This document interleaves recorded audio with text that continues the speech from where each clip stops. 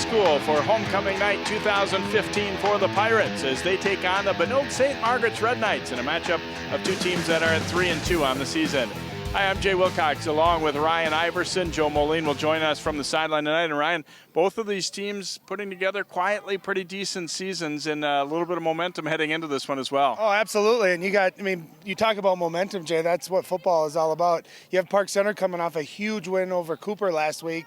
And then on the flip side, Benilde-St. Margaret, after losing their first two games to pretty tough opponents, have won 3 in a row. So both teams, rarely if you asked them truth serum, you wouldn't get an answer. But I think both teams really believe they can win tonight. Let's talk about key players to keep an eye on in this evening's contest. And there are a couple of guys who are doing some great things this year, really explosive. Starting with the visitors, Ricky Floyd for Benilde has put up numbers that are very difficult to believe when you look at him first. Well, he's averaging over 230 yards per game, and what's even more astounding than that, Jay, is over 10 yards per carry. He's getting a first down per carry basically every time he touches the ball. He's got a great combination of size, speed. He gets in that open field, he is gone. So he is a very, very big threat, and obviously Park Center is going to have to be focused on him, and I would suspect that they're going to put 9-10 guys in the box, try their best to take that away, and it'll be up to Benilde to see if they can get something going in the passing game to keep some balance there. And for Park Center, Amani Hooker has had a phenomenal season. He's a Division I recruit. He's headed to Iowa, and he has broken open a lot of games from multiple positions. I think the thing that really stands out, there's a lot of great players in this state that play football, but the way he impacts the game in so many different ways, Jay. He's going to be a quarterback tonight. He's got a great arm. I was watching him throw in warm-ups. He can throw the ball 60, 65 yards on a dime, but he also can catch the ball. He's played receiver and has a couple touchdowns there. He can rush the football, but I think impactful-wise, it might be on his impact on the game defensively. He's a ball hawk. He's got 4 interceptions. 3 of them have gone back for touchdowns, so it seems like wherever the ball is, he's going to be there, and if he's there, he's usually scoring touchdowns for his team.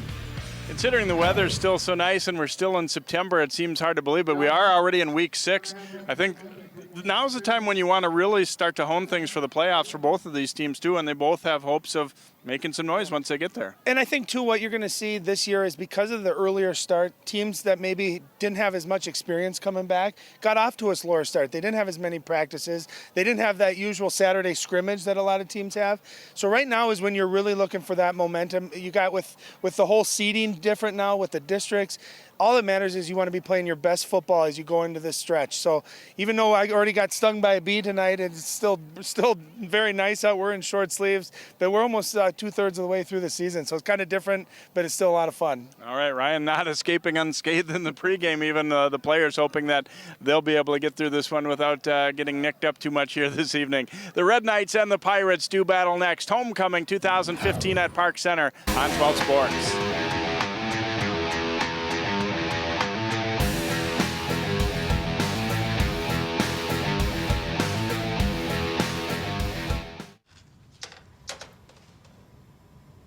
Wow, these are really good. You act surprised.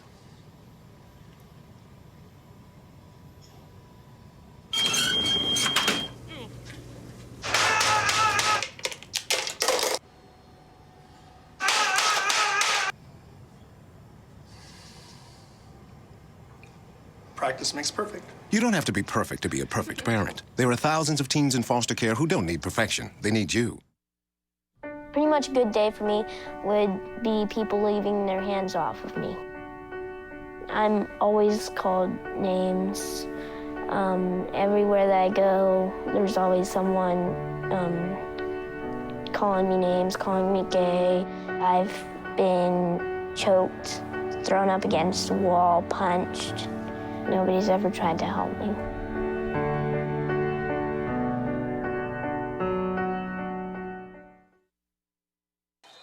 And welcome to Park Center as we have kicked off here early at Pirate Stadium, and Pirates have the football to begin the contest at the 45. Benilde told us we are not going to kick the ball deep to Amani Hooker, and they didn't, but it means Park Center will start with the football at their 45-yard line. So great field position. I don't think Benilde probably wanted to kick the ball quite as short as they did there, but that's the way it worked out. Yeah, and sometimes you'll give up better field position to eliminate that threat of a home run right off the bat. There's nothing more deflating than a long kickoff return. So a smart play, but a nice start here for Park Center.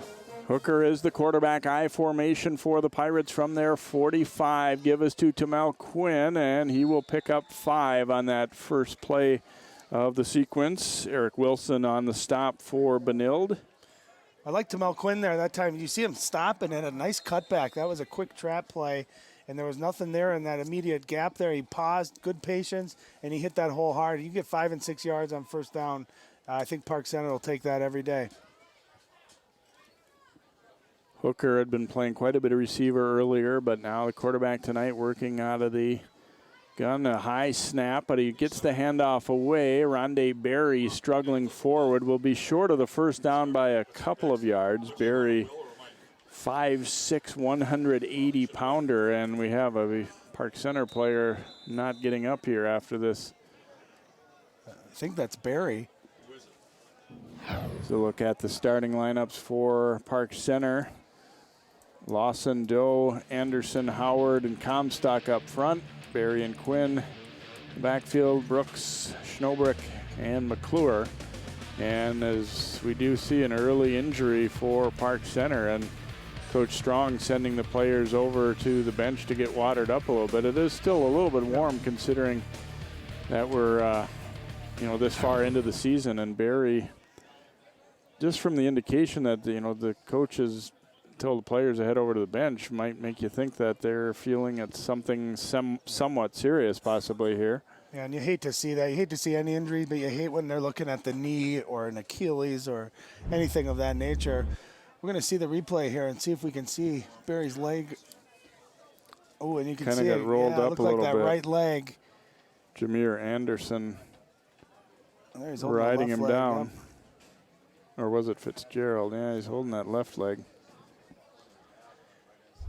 Well, you certainly hope for that young man that it's nothing serious. Hopefully just looked a little bit worse than it is.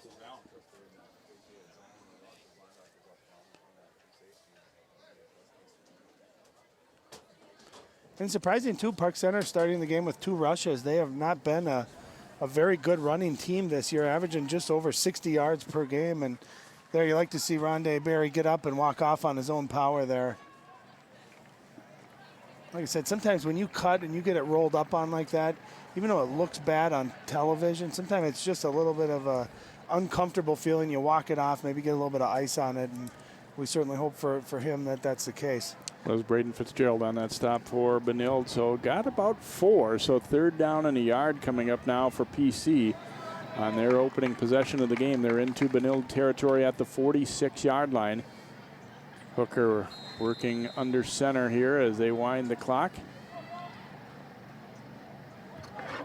Hooker giving it off to the fullback, and not much doing there at all as Quinn is stuffed. And no gain will bring up 4th down and a yard here as we look at the defense for Benilde. John Hanks and Pat Krieger, their co-head coaches, and their lineup looks like this for the defensive side of the ball. They'll get tested, see if they can stop this 4th down play for Park Center. It actually looked like they lost a yard on that play. That was a quick trap and great penetration by the interior lineman there for Benilde, and able to get setting up a big 4th down here on this opening drive. Hooker going to try and run for it himself, and he stretches the ball out and he'll just get it. It wasn't anything too fancy about that. He took the snap and just looked for a little space, and able to fight his way forward and pick up that 1st down for the Pirates. And they'll get a fresh set of downs at the 44. Well, he's a great athlete. We know that. We talked about it pregame. He got hit. Actually, Dustin Dahlman did a nice job of penetration. And you can just see Hooker just a little bit too athletic, keep those legs moving, able to reach across for a 1st down. Hooker looking to throw deep down the middle and incomplete as it's over the top, looking for Xavier Bonner. And it'll be 2nd down as Park Center throws for the first time here. Another high snap, but Hooker didn't have too much trouble going up to get it. Yeah, and you can see his arm strength. I mean, that's a well-thrown ball. And you and I, Jay, were talking pregame, too. He's such a playmaker with the ball in his hands that as good as he has been at quarterback, I mean, unbelievably high completion percentage, 4 touchdown passes, only 1 interception. You wonder, too, if maybe he's not best suited for being a running back or a receiver when he can be the one that's dictating those plays and making those plays. Hooker goes with the handoff here in a big gap, getting to the outside. Malcolm Richards down the sideline. Richards is in for the touchdown. No flags down, and he will have a 44-yard run for Park Center. Safe to say that they were not really expecting that out of that formation, it looked like. And nice block on the outside as well, and Richards takes it to the house. Well, he showed off his speed. They almost got their season average in this first drive in rushing. But look at this, a quick out of the shotgun and up the middle.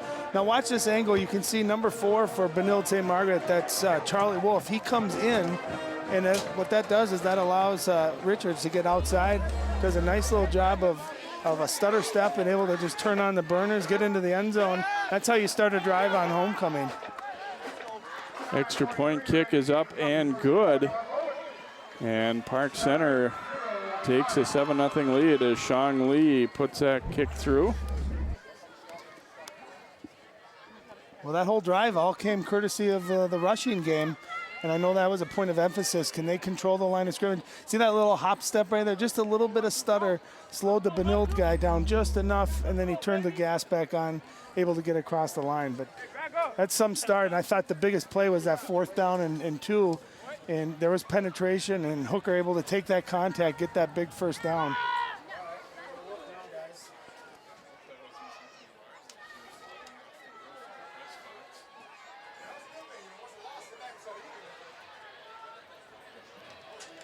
So Park Center strikes early here in this one, and Lee will get set to kick it off for the Pirates.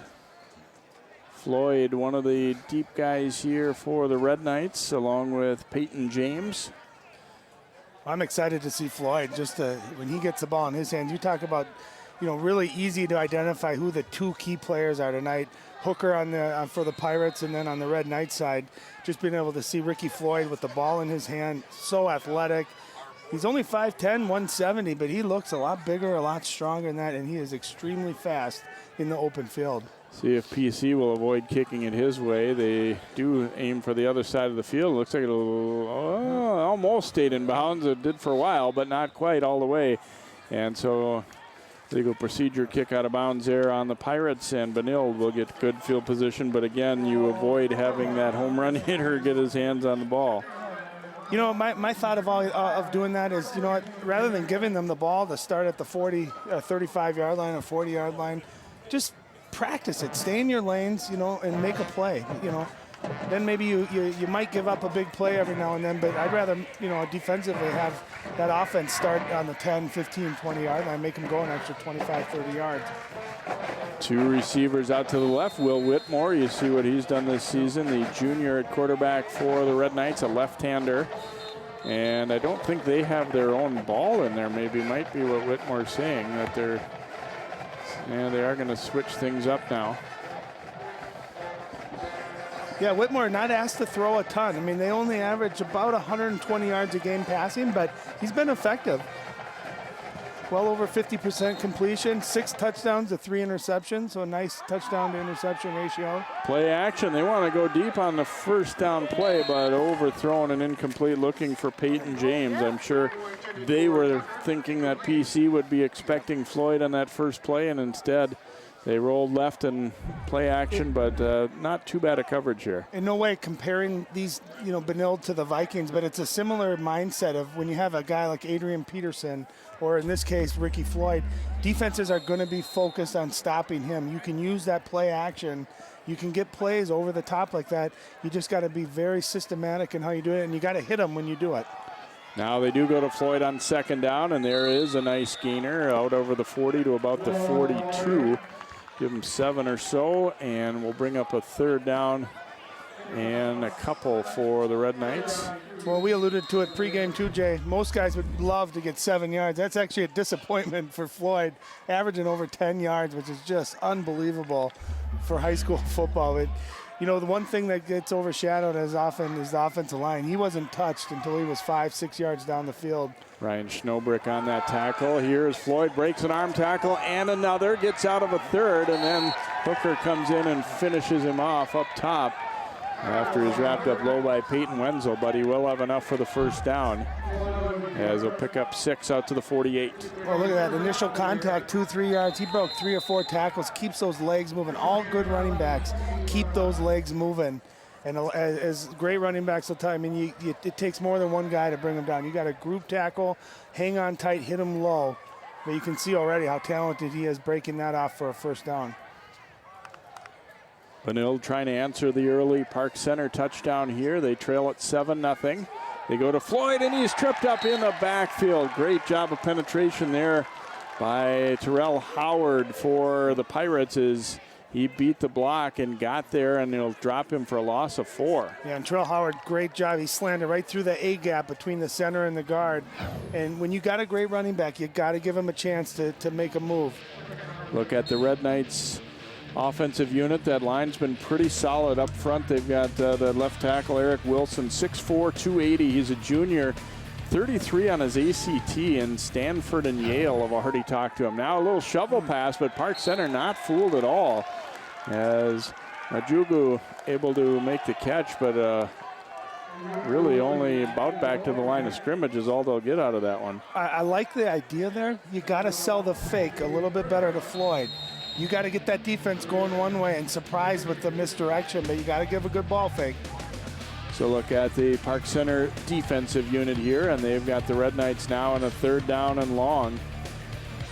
After that, no gainer and the previous loss. So 3rd and 14 here for Benilde. Whitmore rolling to his right. Remember, he's a left-hander. Stops and throws, and that one is way out of bounds. Out there, Matt Brooks and also Peyton James was kind of between the two. It looked like he really ended up saying, I just need to get rid of this and throw it away. Yeah, and it looked too that if he would have just packed that football down and taken off and ran, he had some space in front of him. You know, but that's a hard ask of anyone when you're a left-hander rolling out, sprinting to your right to be able to make that throw. Luke Horton on in punt formation here for Benilde after the Red Knights got 1 first down, but now going to have to give the football up, it looks like. And you know who's waiting for it. Yes. We'll see if they give Amani Hooker a chance to make a play. Horton gets away a good kick, angling it toward Brooks. Brooks is going to field it on the 11-yard line. Tyshawn Brooks, also a very good athlete, weaving his way across the field, but chopped down. Cole Jacob covering ground pretty well there for the Red Knights and limits him to a decent return, but he ran a long way to get those 8 or 9 yards. Well, you talk excellent play. Cole Jacob took a great angle knowing that Brooks is speedy. Now you see how he didn't chase him. He cut him off in a great play. Yeah, and you got 2 guys in Brooks and in Hooker that can, when they get the ball in their hands, Jay, they can go to the house at any time. On the 20-yard line, Park Center gets the football for the 2nd time. They scored on their first drive and lead this one 7-0, trying to build on a very nice win over Cooper a week ago. Cooper was undefeated coming in. That was one of Benilde's 2 losses, was by a touchdown to Cooper early. And Park Center, I think to the surprise of some, got the job done. They beat them 21-16. Hooker taking the snap. Good protection, now looking, steps up, and now is wrapped up. And play will be whistled down as Braden Fitzgerald will get the sack here. He did a good job of sticking with that one. Fitzgerald was kind of pushed to the outside on a pretty good job by the tackle initially, but he just kept on, kept his eyes on Hooker, and he'll get him for a loss. Well, he never quit, and I was just about to say that's what's going to make Amani Hooker dangerous as a quarterback. He had initial time, no one was open, great coverage. That's where he's got to just tuck it in and go and make a play. And it looked like he was about to buy some more time, but an excellent job by Fitzgerald just staying with it. And that's what Benilde's got to do. They got to win first down. 2nd and 15, they'll go to Quinn, and a nice gap there, but it closes up. Really nice open field tackle there. Otherwise, he had a chance to make more out of that one. Ojulga on the stop there for Benilde after a 7-yard gain that could have been quite a bit more. Yeah, really good speed by Ojulga there. Look at him racing him down, going for the legs. I'll tell you, Park Center, Jay, really nice on that quick trap. Hooker gets that ball out before, the defense is even ready, and they're exploding. The offensive line is exploding off. They don't have huge size on that offensive line, but they're quick. So 3rd down and 8 here for Park Center. Hooker dropping, throws, has his man, and a nice run after the catch by Brooks to get the first down. He was a yard or two short of the marker when he first caught that ball, but he'll pick it up with no trouble on a sharp cut. Well, Brooks got great speed, which we saw in that punt return, but he's also their leading receiver. 18 catches on the year, 312 yards, 4 catching touchdowns. So he is a threat, too. Every time he touches it, you can see his quickness and his speed. So it's hard in high school, Jay, because you got to play off. You got to respect that speed, but you play off too far like that, and you allow him to come underneath and beat you. So it's a really tough matchup. From the 35, here's Richards, and he'll be knocked down for a loss. Fitzgerald making another play early here for Benilde. He didn't really wrap him up. He just kind of knocked him off balance, and Richards then slipped, and he'll lose a yard. Not quite as exciting as his first run of the game, right? No. But Fitzgerald, impressive, isn't he? He's only a sophomore playing defensive end, outside linebacker there, and he's been really quick. He's been in the backfield now a couple of times. 2nd and 11 here for the Pirates after that short loss. Handoff again, and not much doing. Maybe back to the line of scrimmage. I guess That's about all we're going to get out of that one. Fitzgerald 3 yards back again, being very aggressive. That time it looked like Benilde, they bluffed a little bit of pressure, and I think it got the Park Center lineman thrown off because there was 3 or 4 Red Knights waiting for that play. Quinn will check back in for Richards here. They'll have a 3rd and 11 coming up. Park Center was able to convert on a 3rd and long earlier in this drive, and they'll look to do so again. And this is where if you got good coverage, you almost have to have someone spying on Hooker to make sure he doesn't get free. Out in the flat to Quinn. Quinn is going to be wrapped up short of the first down. Good open field tackle there. It looked like for a moment he might have a chance. He stopped at the 41, about 4 yards short. Well, we saw him go for it on 4th down on the first drive, right around midfield. It looks like they're gonna keep the offense out and go for it again. I love the play call. That was executed really well. They had a couple of their fast receivers like Brooks run the defense deep. Nice timing screen play. But Benilde did a nice job of just winning that one-on-one matchup. Elijah McClure will be the punter. Matt Brooks drifting back deep to receive. Park Center didn't have enough players out there. Now McClure gets it away. A knuckler, fair catch called by Brooks. Looked like he might have a little room to work, but he didn't want to take any chances. He's also looking into the sun a little bit at this time of day, and that can be a little bit difficult. Again, a 5 o'clock start for this one. So each team having to give the ball up after getting a first down after the Pirates had scored on their first possession. There's a look at Paul Strong, the Pirates head coach, and kind of low-key, didn't want to really get overboard about the Cooper win. I said, nice win for you, and yeah, but we want to see now, can we do it 2 weeks in a row? Yeah, and we did a game with him last year too, and kind of that same mentality. He wants to be just low-key. He's all about football and getting his team prepared, ready to play, and he's done a really nice job only in his 2nd year. Whitmore handing it off to Floyd, and there's a lot of green on him, driven back. We'll see where they put forward progress on this one. I think it is going to be a loss of about 3, maybe 4. So Floyd, they've done got a couple decent gainers and a couple of -4s on his tally so far. Well, you see how they're gang tackling too, Jay? We saw in that 3rd down conversion that he had. He can make guys miss. He's that quick. He's that strong. But on that play, in the last couple of plays, Park Center, it's like a green wall that he's running into. 2, 3, 4 guys tackling. And a flag down. This play will not count as we get our first real infraction on a regular play. We had a kick out of bounds penalty earlier, but this time we'll have a false start call there against the Red Knights. It was really too bad because they were setting up a reverse if you saw the handoff coming, and there did look to be like a nice seam there. So that's one other thing. When you got a really good back like they do in Ricky Floyd, you use him. Defenses are going to over pursue to him. So expect a lot of misdirections here tonight.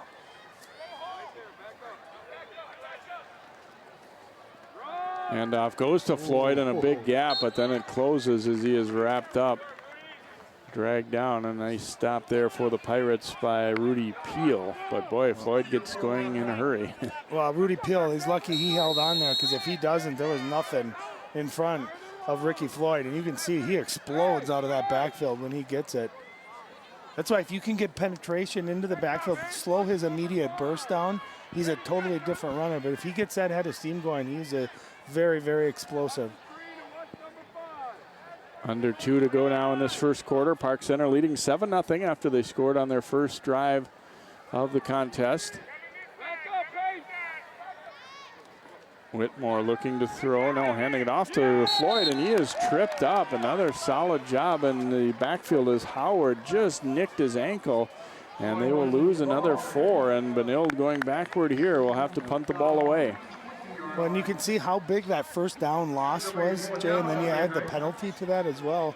Benilde's not fit to really function adequately in 3rd and 10, 3rd and 12, 3rd and long like that. They'd rather get 5, 6, 7 yards, have a 3rd and manageable. That's when their playbook becomes really open and effective.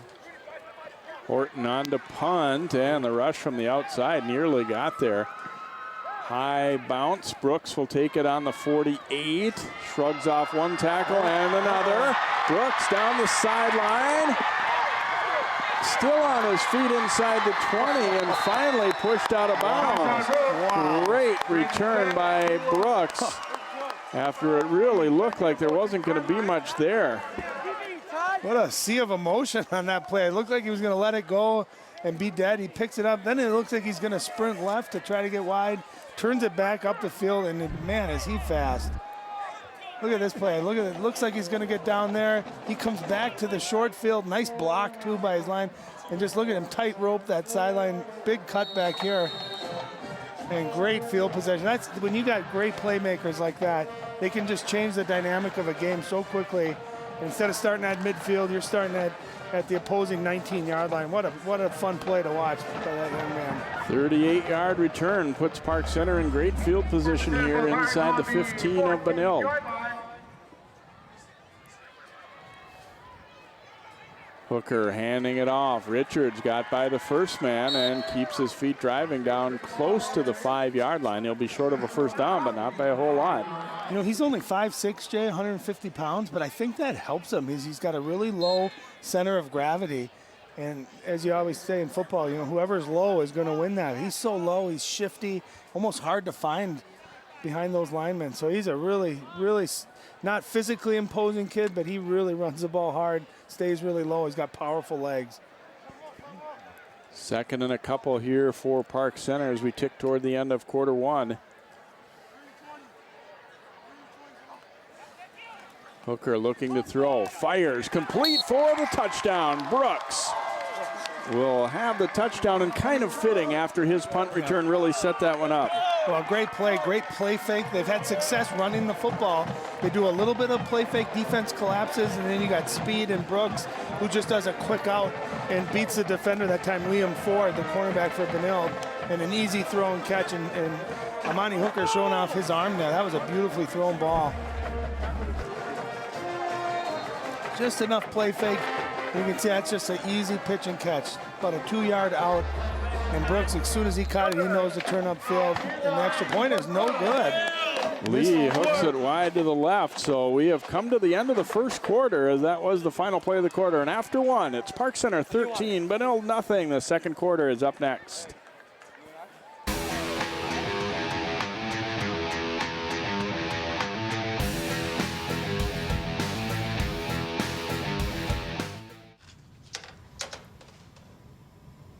Wow, these are really good. You act surprised.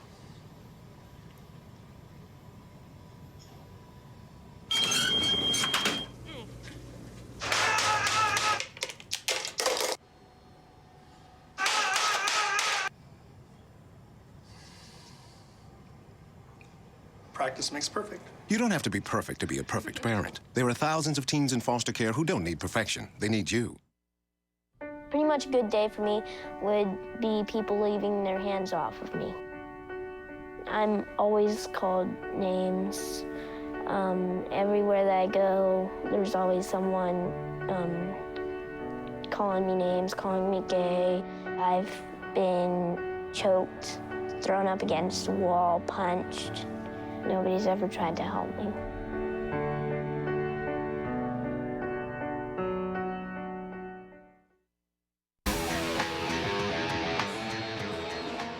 And welcome back. We begin quarter two. Park Center, a touchdown on the last play of the first quarter. Alex Zolnowski now kicking off for the Pirates, and they will kick to Floyd this time as he takes it on the 5-yard line. Floyd forced to stop his momentum, and he'll be wrapped up at about the 19, as Park Center did a good job of kind of staying in those lanes and keeping him bottled up. Jacoby Edwards is fired up after that one for Park Center. He got in and got a piece of that tackle. Yeah, and you can see if Ricky Floyd just gets slowed down, when he can't get that momentum going, he's a different type of runner. And it's dangerous kicking off to him, but I like that, and there it pays off. They're going to start at their own 19-yard line for Park Center rather than giving that up at 40-yard line midfield. It is always a fine line.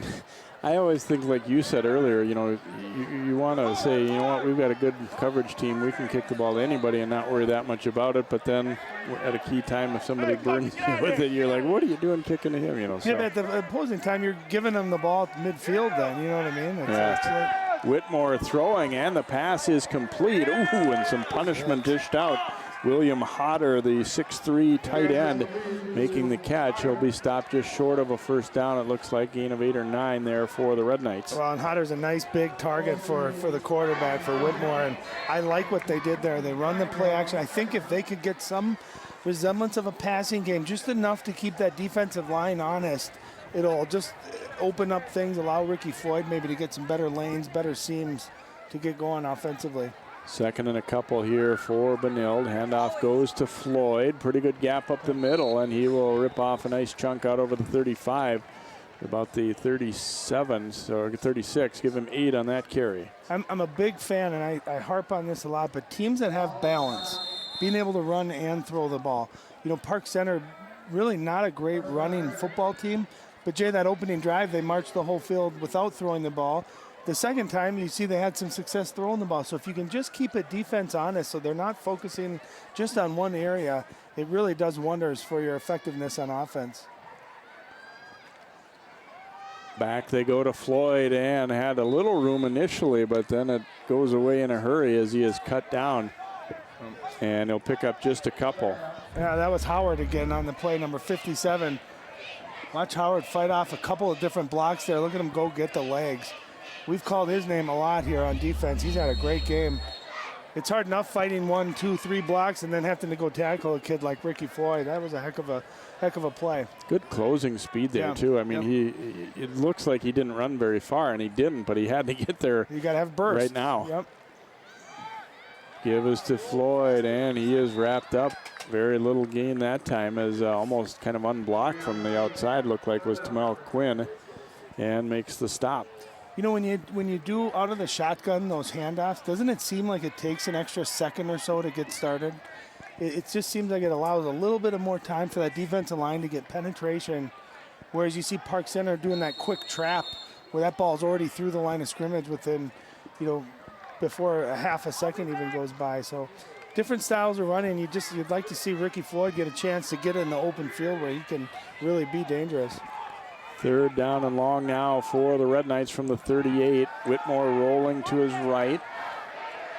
Now fires, and that one's way out of bounds. Well covered as he aimed it toward Peyton James, but they will be forced to punt again. That's twice now on 3rd and long where they've sprinted Will Whitmore, who's a left-handed quarterback, out to the right.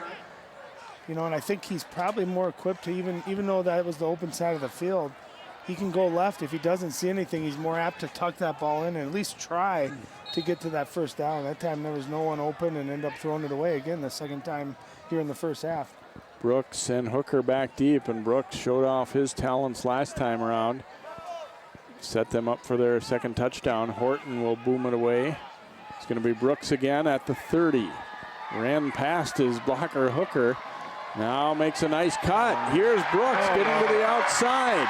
The punter Horton trying to shove him out, and then finally wrapped up and dragged down at the 20-yard line. A 50-yard return after a 38-yarder last time around. How about that? Just electric. I mean, he not only does he have speed, which you can see the Red Knights are respecting, but watch his vision here.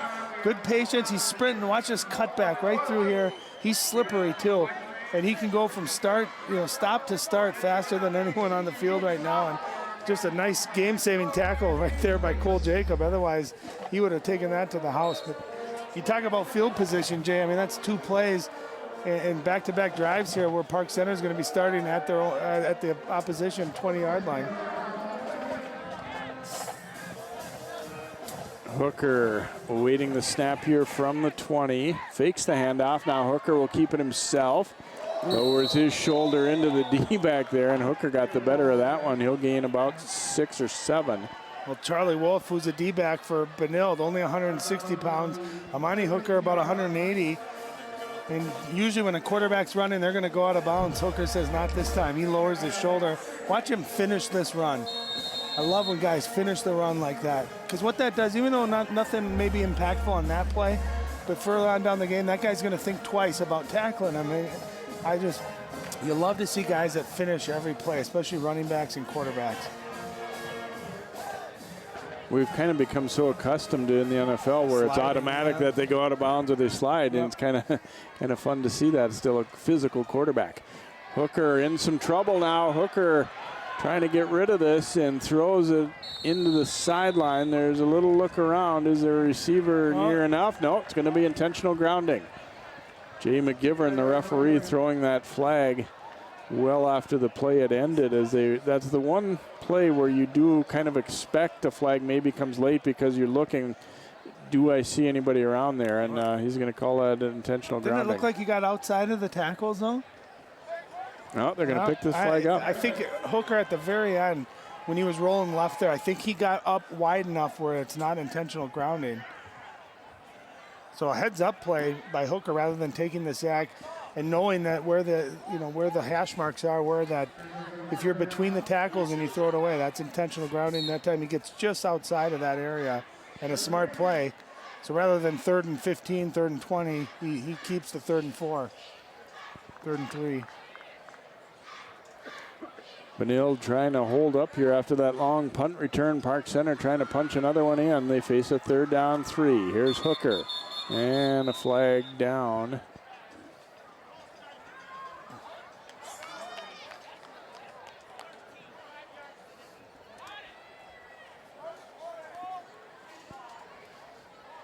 And get a false start call against Park Center. Said Jay McGivern, the referee, Steve Vales, the umpire, David Webb, linesman, Ricky Spencer, line judge, and Tim Price, back judge. And Mr. McGivern asked if we could kind of mention that, they're always looking for officials, and not just in football, but in other sports too. Go to the high school league website, mshsl.org, to, kind of get the ball started. I know a lot of people that used to play or used to coach or whatever that have really enjoyed it. A lot of crews have worked together for a number of years. It's a nice little paycheck and a nice way to spend a Friday night and stay involved in the game. Here's Hooker throwing for Brooks. He comes back for it. It looks like he has got it. Oh, Benilde. Charlie Wolf saying, I ended up with it ultimately, but tie goes to the receiver, and Brooks will have his 2nd straight touchdown. Man, as he just had an impact on this game. Now, this ball is underthrown. I want you to watch Brooks adjust for this ball in the air. He has the advantage. That's where, as a D-back, you got to turn your head around, see where that is. Look at Brooks stop, go up in the air and get it. And even though it looked like Wolf came down with it at the end, that ball was clearly caught.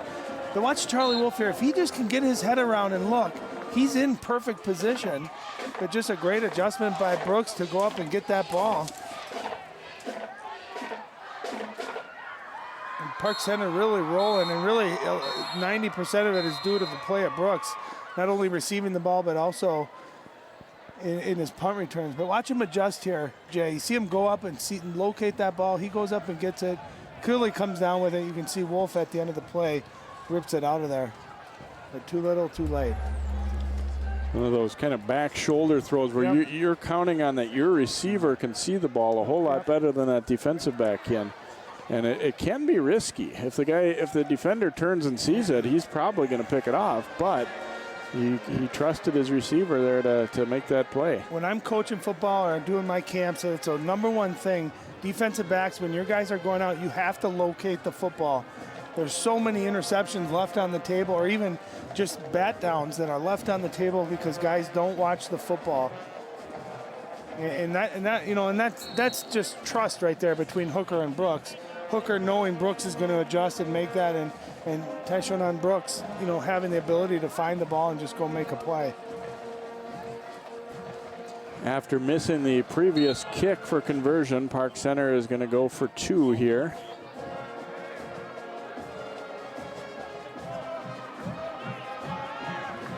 Hooker will work under center with Richards as his single setback.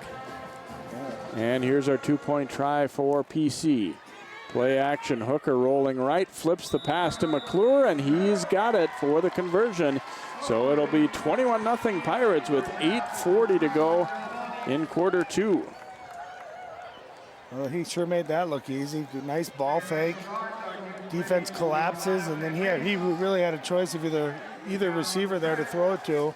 Or he could have run it in himself, I think, too. Take your pick. Unselfish, I think, here by Amani Hooker, because he probably would have had a relatively easy time making it running, too. But actually maybe made the more difficult play there, thrown into coverage. But, that's where Braden Fitzgerald, the defensive end for Benilde, who's had a great game, got to have contain there. You got to contain, quarterbacks. You got to keep them within the pocket. If he does that, that play is ineffective. So sometimes it just comes down to playing your responsibility, playing your gap, having good discipline, especially when you're playing an athletic guy like Amani Hooker. Here's how things shape up in the red division of the Suburban District. Spring Lake Park right now, the only team undefeated. They're playing Armstrong tonight in what should be an interesting one. And you got Cooper and Armstrong and Benilde 3-1 in this sub-district. So been an interesting one. I like this good matchup of teams. Some programs that can kind of knocked around a little bit by some of the bigger teams like Park Center and having a great opportunity. Kickoff fielded by Matt Brooks here for Benilde. And Brooks wrapped up and dragged down around the 39-yard line. And so Benilde hasn't had a whole lot going offensively. And then I think I would say fair to say they're a little stunned to be behind by this margin at this point in the game. And they're coming in with 3 straight wins, but right now Park Center's had the best of things tonight. Well, let's not forget either. Benilde put up 63 last week, 43 the week before, 26 the week before. So they can put points up in a hurry, especially when you got number 23 in the backfield. They just got to get some more balance here, find a way to get him in space. Remember, he has caught a couple of touchdowns as well, so maybe look for him coming out of the backfield. Here's Brooks taking the handoff and wrapped up after a gain of about 4.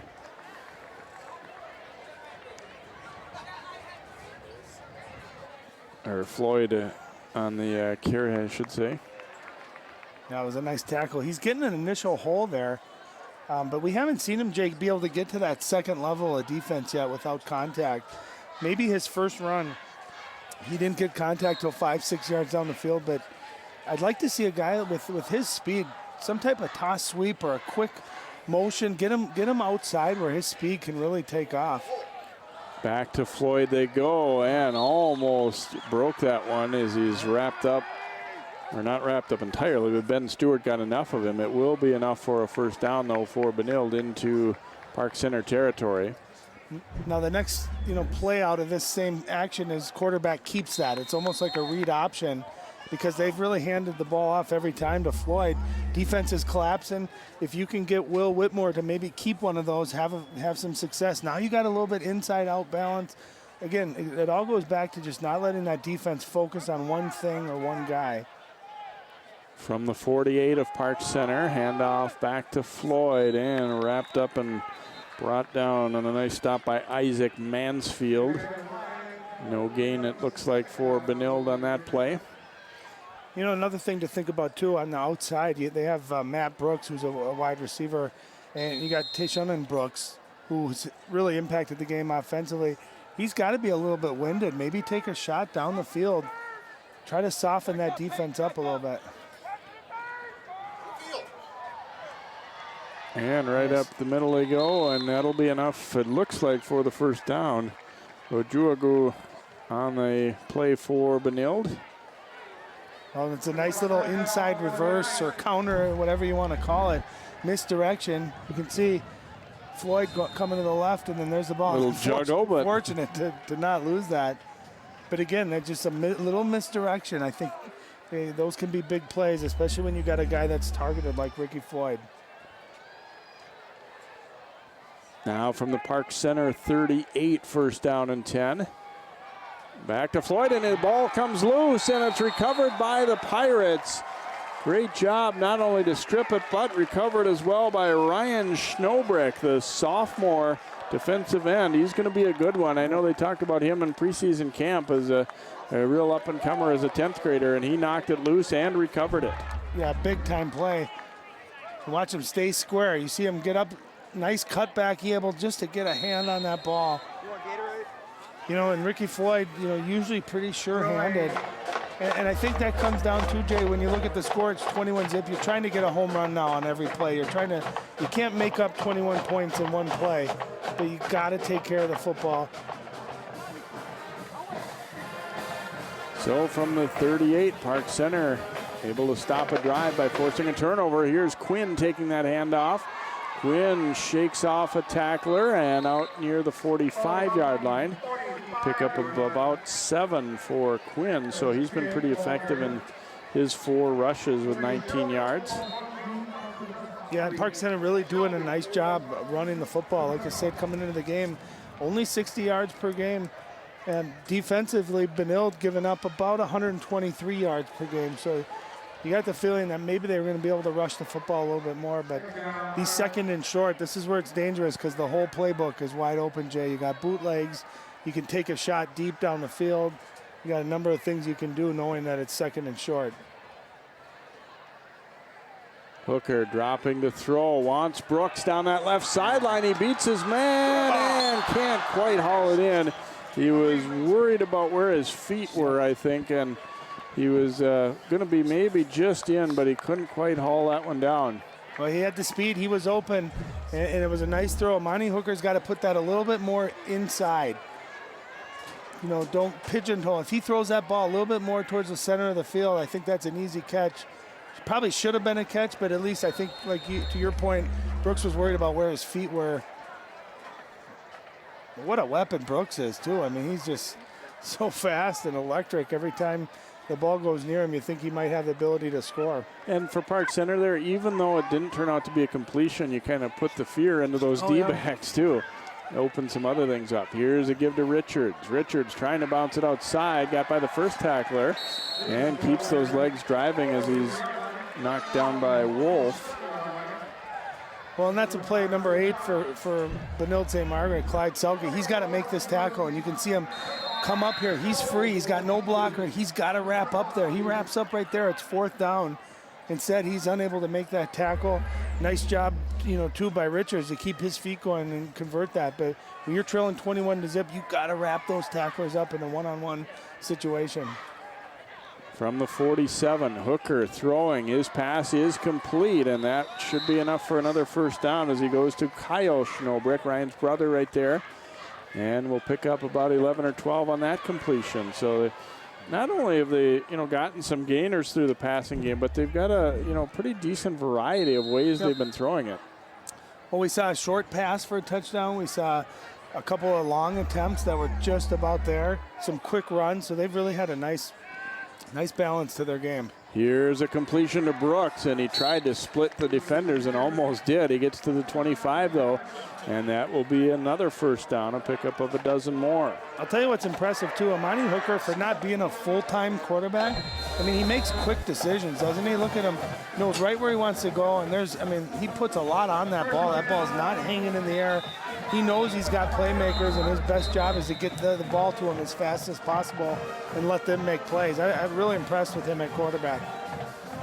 An officials timeout. I believe they have an issue with the chains over there. They moved the down marker ahead, and the chains, I think, have got a problem right now, so they're going to get that tended to and also get the guys some water right now.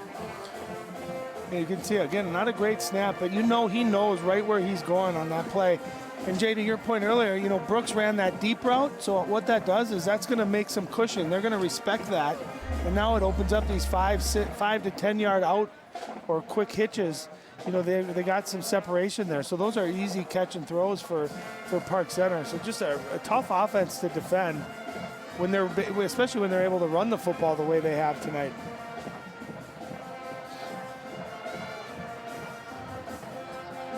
See one of the assistants, Dick Crandall, there for Benilde, as they've struggling to find answers right now to stop Park Center on the 25-yard line. First down and 10 here for Park Center.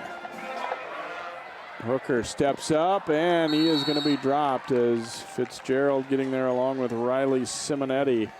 And Hooker made up his mind that he had to get out of there, but they were able to close it off, and it'll be a loss of 5. Well, that was a perfect rush. You had pressure on the outside and also up the gut.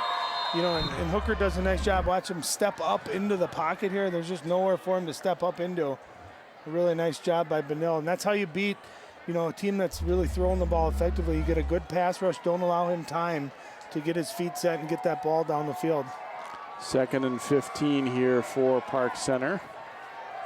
Seem to be a little slow getting out of the huddle here. They're going to have to keep an eye on things clockwise. And they get it off. Here's Hooker. Now steps up, and there's some room to run. Amani Hooker getting to the outside. Gets a block from McClure, and is he in? Touchdown. Oh, wow. Hooker closing up that ground in a hurry. It looked like there was going to be an angle to at least get a piece of him, maybe knock him out, but guess again. Amani Hooker goes for 25 and a touchdown. God, I guess I did not know he was that fast. I mean, that was just speed. The pocket collapsed. That time he stepped up and he made his mind up he was going to run, and it looked like Benilde had closed that angle down and was going to be able to force him out of bounds. But watch him finish this run again. We talked about him earlier doing that. You can see the speed, but right there, it looked like Benilde was going to be able to close him off. Instead, great effort. That ball goes across the line. That's a heck of a play by a great athlete. Extra point kick is up, and it is good as Lee bangs it through. And Park Center's lead now will grow to 28-0. Just a really impressive opening half by the Pirates, and you know, was that 3rd and long on that touchdown, or was it 2nd and long at that point? 2nd. Yeah, I mean, you just got to have contain on a kid like Amani Hooker that's that talented. You can't let him get outside. We saw that earlier on the bootleg for the 2-point conversion. A guy like him gets outside and he's so dangerous. You got to be disciplined as a defensive end or as an outside linebacker. You contain him in the pocket, it's a totally different play. Give Elijah McClure credit downfield too for realizing he saw that his quarterback was coming, and you never know for sure, but he may very well not have gotten around that last guy if it wasn't for McClure. See the Pirate in the stands here on homecoming night, and a lot to celebrate so far for Park Center. Obviously, we got a lot of time to go, but wow, 28-zip. You couldn't ask for a better start. You couldn't ask for a better night as far as weather-wise as well. It's just beautiful out, and just a fun atmosphere here, and what a start by Park Center. And I'll tell you right now, Jay, the two playmakers for Park Center, Brooks and Hooker, have made more plays than the playmaker Ricky Floyd for Benilde. Fielded here by Wolf for Benilde, and he is knocked down out over the 40 as they elect not to kick deep there again. And so Benilde will get the ball in good field position, but boy, they have got a lot of ground to make up here, trailing at 28-0. Well, keep this in mind. There's over 3 minutes left. They have all 3 of their timeouts. They're in great field possession. If they could march down, get a score, they're going to receive the ball to start the second half as well. So there's 28. That's four scores. But this you got to start one at a time, one play at a time, one drive at a time. And they're in excellent field position. See if they can get some momentum here going into halftime. And again, remember they do start with the ball in the second half. Whitmore 2 out of 5 for 8 yards so far. Haven't thrown the ball particularly well. There's a little toss out. Floyd trying to get to the outside. He stiff arms the first tackler and fought hard just to get to where he did, which was still a loss of about 5. Well, to use another NFL reference, it's almost like DeMarco Murray with the Philadelphia Eagles. Everyone's wondering why he can't get started rushing the football. You can see as soon as Ricky Floyd gets the ball, there's a Pirate 3 or 4 yards deep. And you got to let a guy like that at least get his momentum going forward. That's when he becomes dangerous. Right now, Park Center dominating the line of scrimmage. Ben Stewart didn't get the tackle, but he certainly disrupted that one, got in there early and forced him to make a cut there that he didn't want to have to make that early in the run. So second and about 14 now for Benilde, and they get an early start on the left side of that offensive line as Doppler will be called for the false start penalty for the Red Knights. Well, and obviously penalties never are a good thing to have, but they're especially harmful. You know, when you're down by 4 scores, trying to get any momentum or any positivity you can on this drive. You don't want to be going backwards. Second down and 19 now for Benilde. Whitmore looking to throw and complete to Brooks, but he is immediately stopped there for the Pirates by Peel. But a decent gainer to at least, make it a manageable, somewhat manageable third down. Still going to be 3rd and 11. Well, I think Whitmore, his completions tonight have been those quick hitters, the 5 to 10 yard, where he's able to plant his feet. You'd like to see Benilde maybe start with those kind of plays on first down. And here we are in 3rd and long again. And the last couple times on 3rd down, they've rolled him to the right. Pass is complete to Brooks, but again, not anywhere close to a first down, as they'll get about 4 or 5. Well, here's the question here. They're going to bring their punt team on. If you're Park Center, do you call timeout right now and try to preserve as much clock as you can, try to get a score? Otherwise, Benilde will be able to run the play clock down quite a bit. And if you're Park Center, are you content going in the locker room maybe with the 28-0 lead? Horton on to punt. Earlier you would have said don't kick it to Hooker, but now you say don't kick it to Brooks either.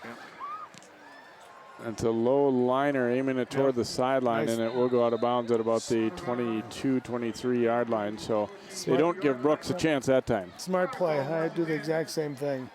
It's those Vikings-Bears games. Remember those years when we punt to Devin Hester? He, year after year, game after game, he'd just destroy the Vikings. And that's kind of the feel you get with Brooks back there. Every time he touches it, it just may go.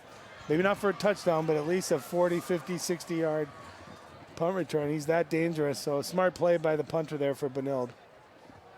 See if Park Center goes on the attack here. They're 78 yards from the end zone. They've already got a 4-score lead, but then again, you're feeling confident. You might roll the dice here too. Well, why not take a shot down the field with Brooks? And you can see Benilde's going to play off quite a bit, but you never know. Handoff instead goes to Richards. Richards fighting for a couple there for PC. Yeah, and they're not going to call timeout, I think.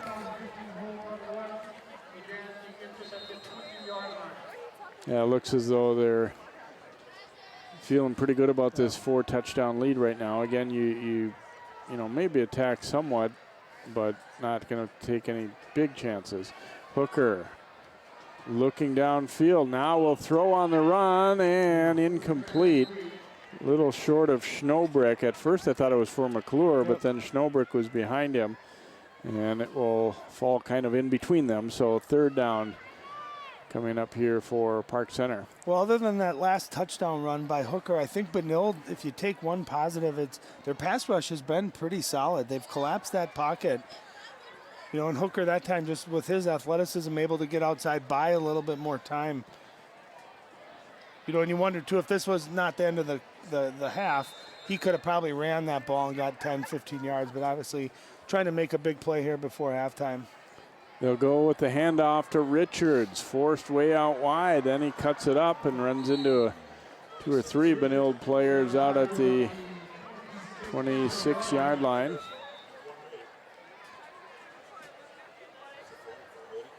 And looks like we have a flag. Yeah, we do, against Park Center.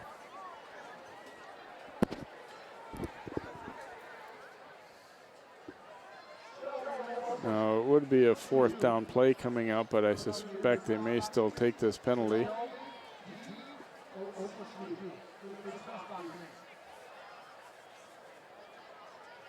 It is indeed a hold, and they'll march them back to the 10-yard line.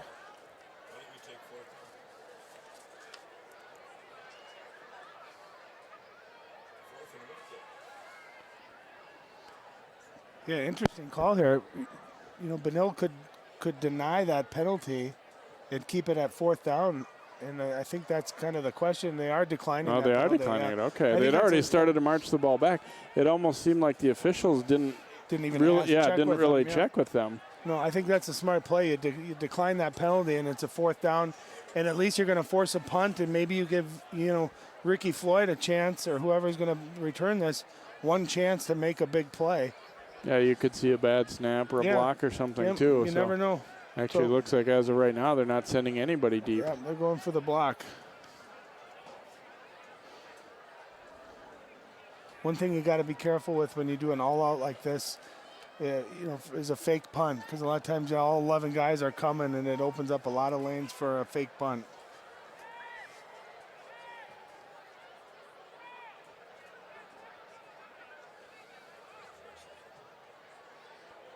Now it looks like we've got everything set here. So 4th down, McClure trying to get it out of there quick, and he does. And it'll have some time to bounce around here, and it takes a very good Park Center bounce. Yeah. As if everything else hasn't gone right for PC in this first half, they will get a great punt to almost end the half. 1 second left when it is down, and so Benilde gets the football back. Yeah, I'm surprised that Benilde didn't at least attempt to set up a good return and try to make a big play before the end of the half. Park Center doing a nice job, and it's called your safety, your punt safety. When you got max protection there, you just want to get it off in time, and they get fortunate to get a really good bounce. So smart play. Park Center really making good decisions tonight. They're executing their game plan, I think, almost flawlessly, and that's why they're up by 4 touchdowns right now going into halftime. So Benilde, barring a penalty, will have one last play here in the first half from their 18. They are a little bit shocked here, I think, to be down by this margin. And Whitmore is just going to take a knee. So, Ryan, I don't think coming over to the stadium tonight, I was expecting either team to be dominating as much as Park Center has been. Boy, they, like you said, they've done a lot of different things right, too. I mean, you look at those 2 punt returns that set up scores. Those were as big a plays as any, but they've really done a job defensively, too. They've had a little bit of everything. No, they've done a really nice job. Ricky Floyd not allowing him to get started. They've had great defensive penetration. And then offensively, I mean, besides those punt returns, I just think their ability on that opening drive to run the football kind of softened that defense up, allowed some big plays down the field for Brooks. And, of course, you got, Amani Hooker, who makes great decisions and is smart with the ball, has really thrown effectively, had a nice rushing touchdown as well. So really a perfect first half for Park Center.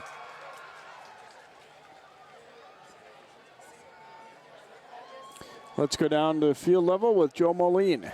All right, Coach, obviously a pretty frustrating first half for you. You talked about the difficult task you had in Amani Hooker to begin the game, but you also have a couple other athletes out there making some plays happen. Talk about that challenge and how you guys did and what you guys had to do in the second half. Position-wise, we're not in position. We're not tackling. We're not doing anything. We're not executing. And offensively, we refuse to get off the ball and initiate contact and block. So it's a complete failure right now. We got to fix that.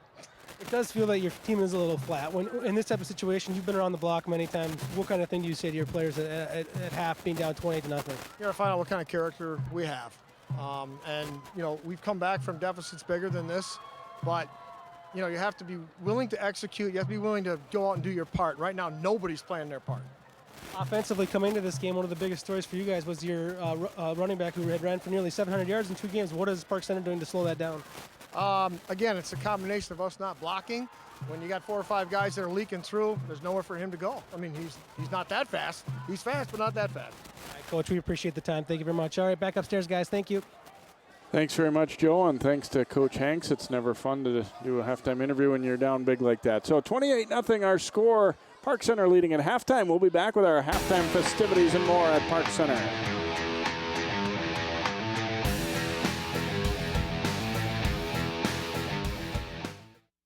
My new mom and I have a lot in common. The great outside. We both love the outdoors. So shiny. That's not a flower. We both love geology. Oh, look. An igneous one. That's not a rock. And she knows a lot about wildlife. A labradoodle. That's not a dog. Hanging out has been kind of fun. You don't have to be perfect to be a perfect parent. Thousands of kids in foster care will take you just as you are.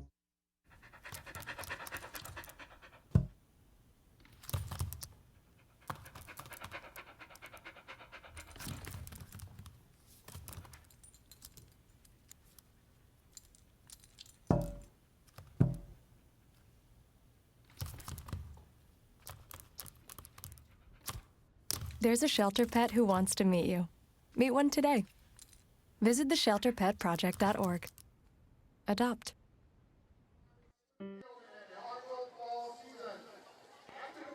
And welcome back here to Park Center. The Pirates dominating with a 28-0 lead. It is homecoming here at Park Center, and the Park Center band out on the field, and let's enjoy them right now. The 2015 show is extra production.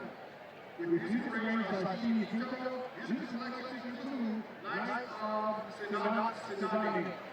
Nights of Tsunami pronounced. My news give every record on my Instagram and every record on your name. On my Michael Giuliani. Drum baby. Can I rap? And have a noodle. Is your man ready?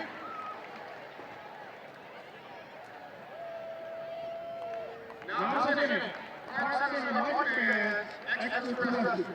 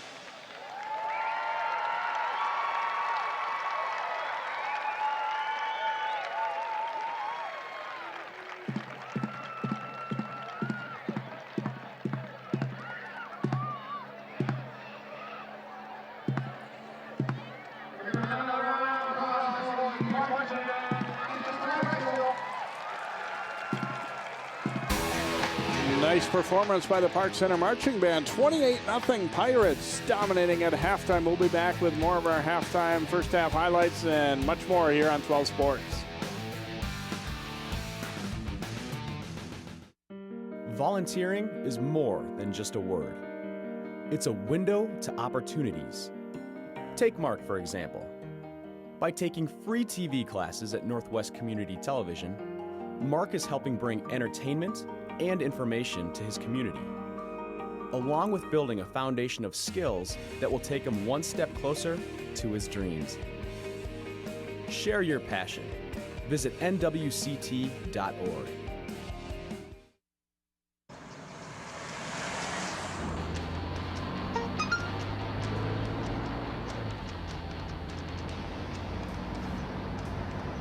The average text takes your eyes off the road for nearly 5 seconds.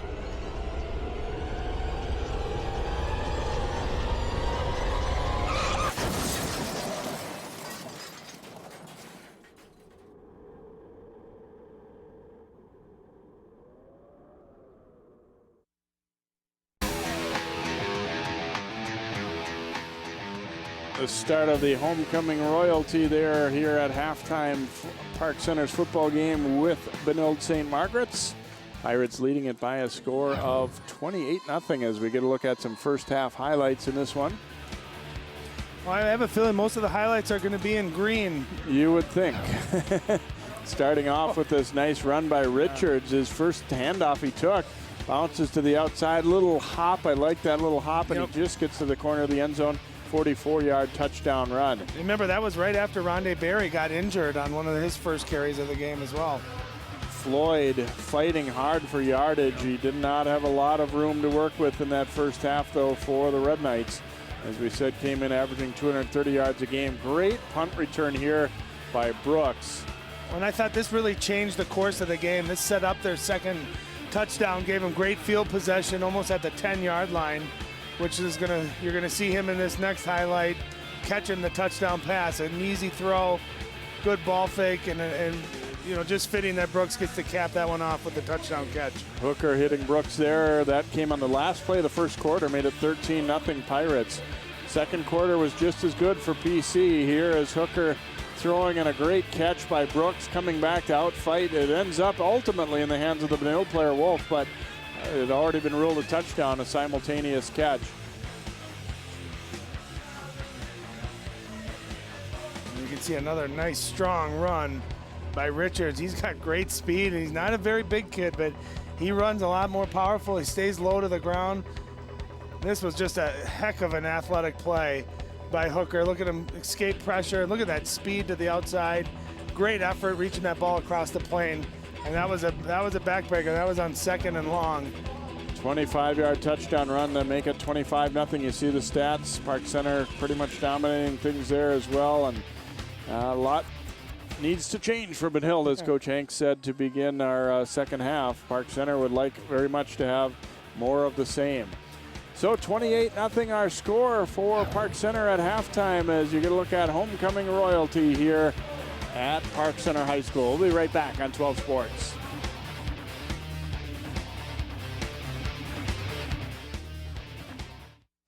All right, give me a spot. You know my motto, safety first.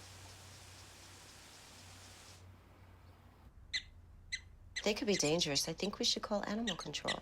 Animal control? To be safe. Don't worry. I got this. It's a new motto. You don't have to be perfect to be a perfect parent. There are thousands of teens in foster care who don't need perfection. They need you. Don't look at me. Your hair's a bit frizzy today. Oh, you should pick that up. Oh, you're such a dork, loser. Here, let me help you with that. Oops. Every day, kids witness bullying. Oh, look. Your crush is looking at you. Poor you. They want to help, but don't know how. See, no one here's gonna help you, because no one Teach your likes you. kids how to be more than a bystander. Visit stopbullying.gov.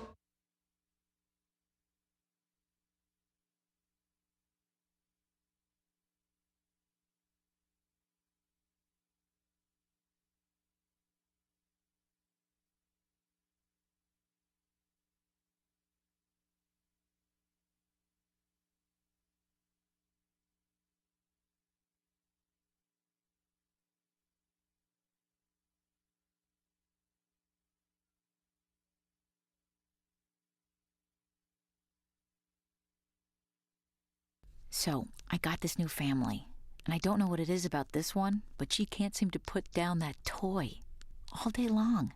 Tap, tap, tap, tap. Oh, and she even talks to it. She talks to that more than she talks to him. What's up, bro? Nice shirt. Who's she talking to? Her mom? She talks to her mom a lot. Sharing your passion starts with taking that first step. Take Lindsay, for example. Her first step was taking free TV classes at Northwest Community Television. Right away, she received professional training and now has the tools and skills necessary to produce her own show. She's turning dreams into realities right from her own home. And best of all, she's sharing her passion with members of her community and beyond. Share your passion. Visit nwct.org. Hey, did you buy something from some gaming site? What do you mean? Yeah, look, there's a bunch of different charges on here. Do you think someone stole our credit card information? I don't know. That site sounds familiar, though. Yeah, isn't that the site that Billy's on all the time? You don't think. Billy! Stop and think before you connect. Playing online is serious business. Visit dhs.gov/stopthinkconnect for tips on how to be safe online. Hey, going out like that? Yeah, why? Well, what would the neighbors think? I see you! Come look at Mr. Feather. Look what I have. Mr. Bird, remember? Bark, bark, bark. We're just playing. We're just playing on trying to get you out of here. Even still. You don't have to be perfect to be a perfect parent. There are thousands of teens in foster care who don't need perfection. They need you. Good one, son. Last summer, my new dad took me on vacation. First, we went deep sea fishing. Wow! I'm so proud of you, son. And then we went on Thunder Shark. That was awesome! Let's go again. 3 times. I gotta say, it was pretty cool. You don't have to be perfect to be a perfect parent. Thousands of kids in foster care will take you just as you are. Oh, not again.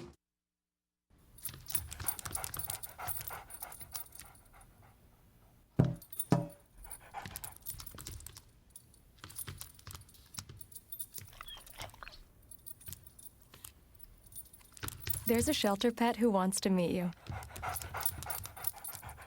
Meet one today. Visit theshelterpetproject.org. Adopt.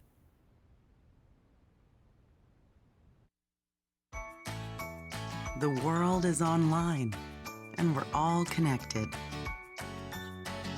While there's a lot to explore and discover, we each need to do our part to keep the internet safe. Cybersecurity starts with you. Learn how you can stay safe online at dhs.gov/stopthinkconnect. You watch Channel 12 at home. Why not on the go? Channel 12 is online at 12.tv. Watch on your phone, on your tablet. Channel 12 is your local source wherever you go. Just log on to 12.tv. Check out our videos, subscribe to our YouTube channel, follow us on Twitter, like us on Facebook, and even watch live events via live stream. So don't wait. Stay up to date with Channel 12 and 12.tv, your local source.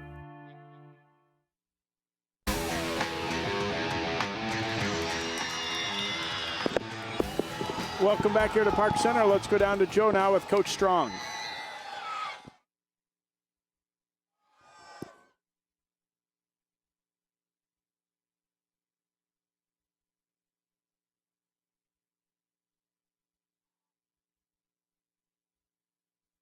That performance, homecoming, you got to feel very good about that first half being up 28-0.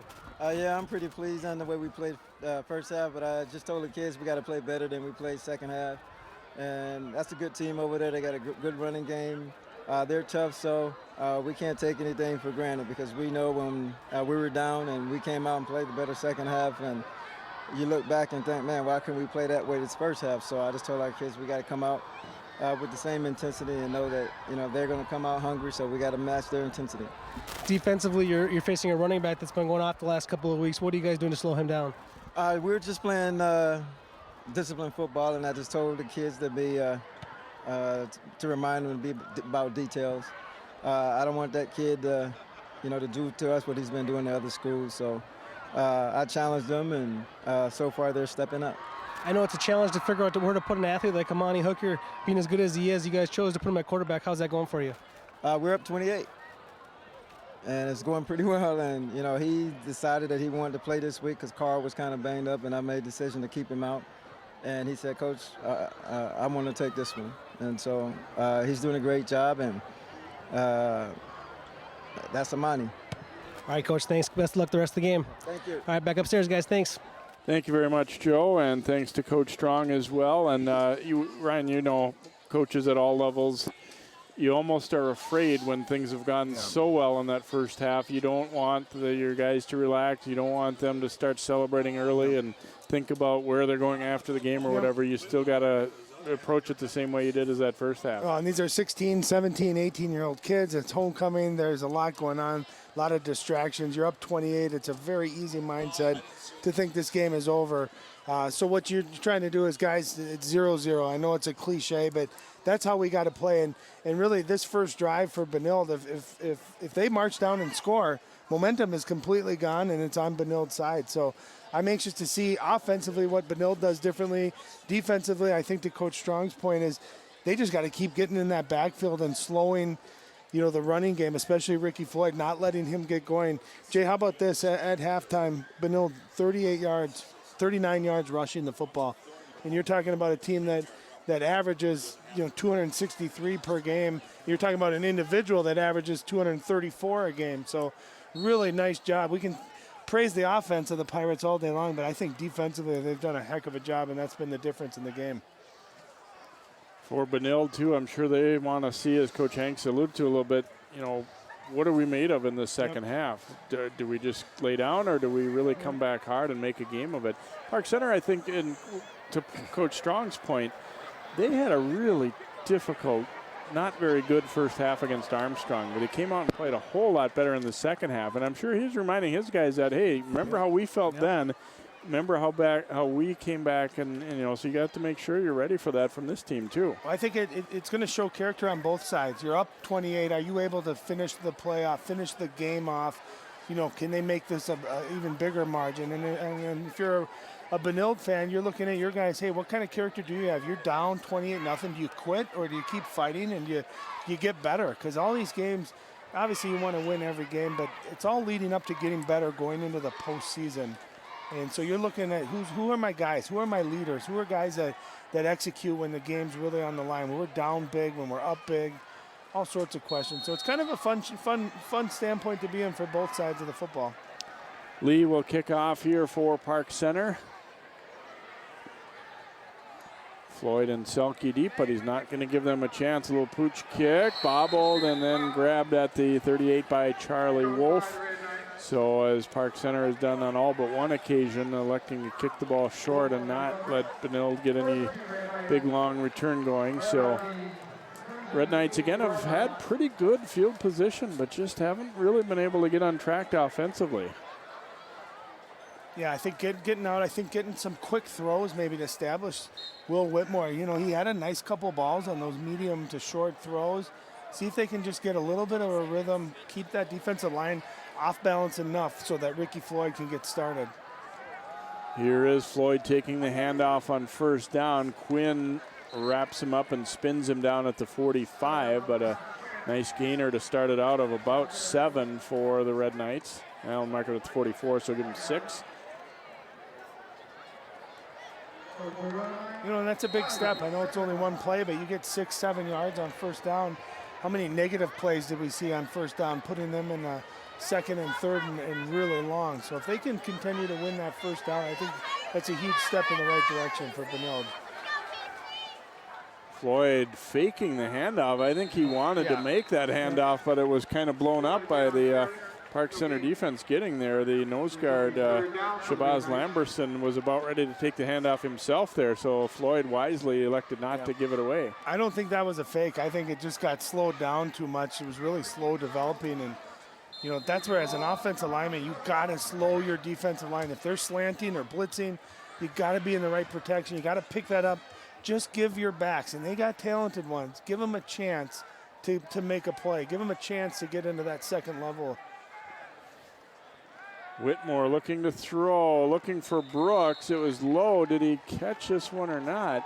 No signal now. They say incomplete. Officials wanted to make sure that they both were on the same page there, so they didn't signal immediately there. But Brooks, I didn't think initially it looked clean, and they ruled that as the case.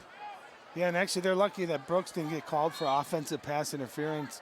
He ran straight down the field, and he pushed off. That's how he was able to create separation. You know, but not the start you're looking for if you're Benilde. You know, going 3 and out. They had a very nice first play.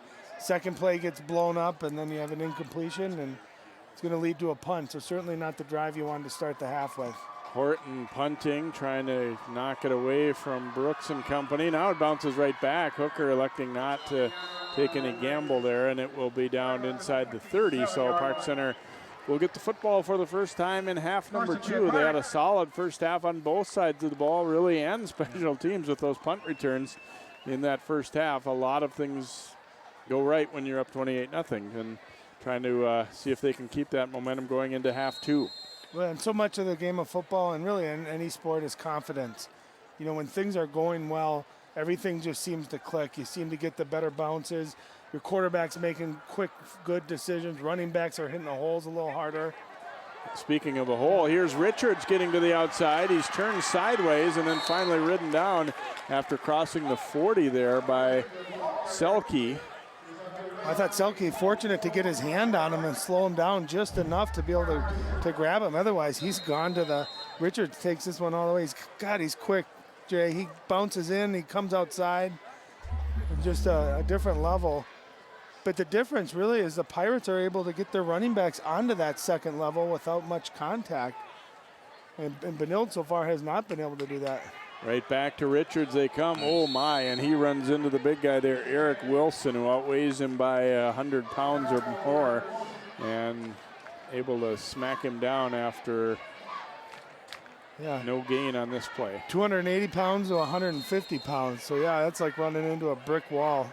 That'd be like if I tried to run and you tackle me. Well, okay. Hey. Maybe not quite the weight difference, but probably same result. Second down and 10. Here's Hooker throwing and complete. Nice tackle, though, to stop Bonner after right where he caught that ball. Really no yards after the catch as Liam Ford wrapped him up at the 50. You know, and the other thing, too, with the Pirates is doesn't it just seem like there's a little more diversity in their offense? You know, Benilde's running 1 or 2 of those kind of read option quick hitters to their running backs. They don't have a ton of diversity where it seems like Park Center can go either direction.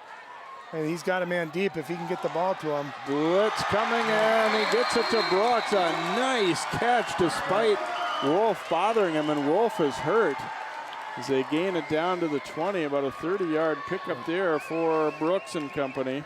And Wolf is definitely hurt. Well, this play was all made by Hooker. You see that? That's a tough throw rolling to his left. He's a right-handed quarterback.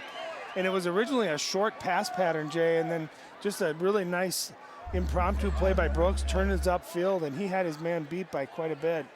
And the ball was underthrown, but again, Brooks, knowing where that ball is, goes and makes the adjustment, and Charlie Wolf didn't quite get his head around to see the ball, and now he's injured. You certainly hope it's nothing serious. Good to see him sitting up.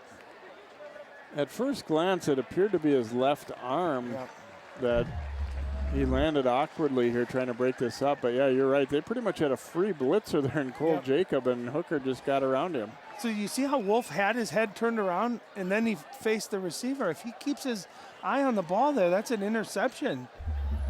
Guys, defensive backs, anyone out there watching, you've got to see the ball. That's a free play. You go get that ball. You have every right to that football as a wide receiver does. But a heads-up play, I thought Brooks, knowing that his quarterback was rolling, just turned upfield, and You know, even though it wasn't a great throw, that was a heck of an athletic play by Hooker just to avoid the rush and throwing off of his back foot like that on the run. Yeah, it was a great throw considering the circumstance, really. Here's Richards taking the hand off. He gets popped pretty good, but kept going. Yep. Besides being quick and elusive, he's got to be a little harder to bring down than it would appear based on his size, because the first guy doesn't get him very often. Well, and you got to remember, too, he's 5'6". Here's that throw. Look at that. I mean, that takes a lot of strength. He threw that ball about 35 yards. And again, you see Brooks just adjusting in the air. But you're running full speed to your right, Jay, and then the throw, or to your left, excuse me, and throwing with your right hand. I mean, that's just a really athletic play. Second and about 5. Hand off to Quinn, and he is wrapped up and hogtied there by Ujugu for Benilde. Well, nice job at Jugu not letting anything get outside of them, not breaking containment. That's what they have to do. They got to keep this Pirate team with all the athletes they have, keep them within the tackles, and watch them here just stay with it, come in and close us fast. Beautiful play. Tackled a little bit high, but hey, you do what you got to do to bring the ball carrier down, and that's going to set up a 3rd and long. And Benilde right now, this could be a huge, huge stop for them defensively. 3rd and 7 from the 17.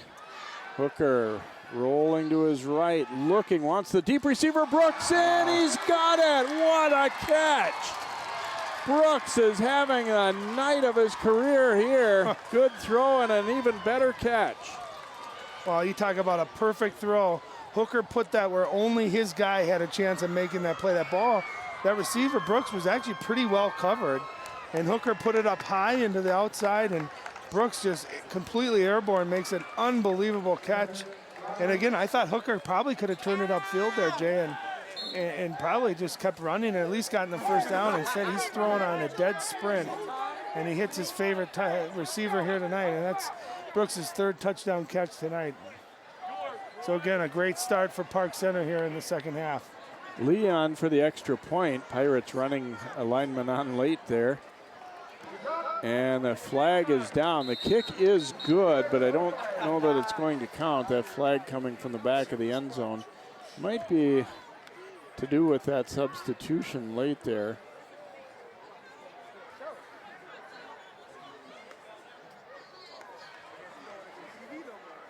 See what we've got for, I haven't seen a signal yet. Well, they're walking backwards, so it looks like they're backing them up a little bit.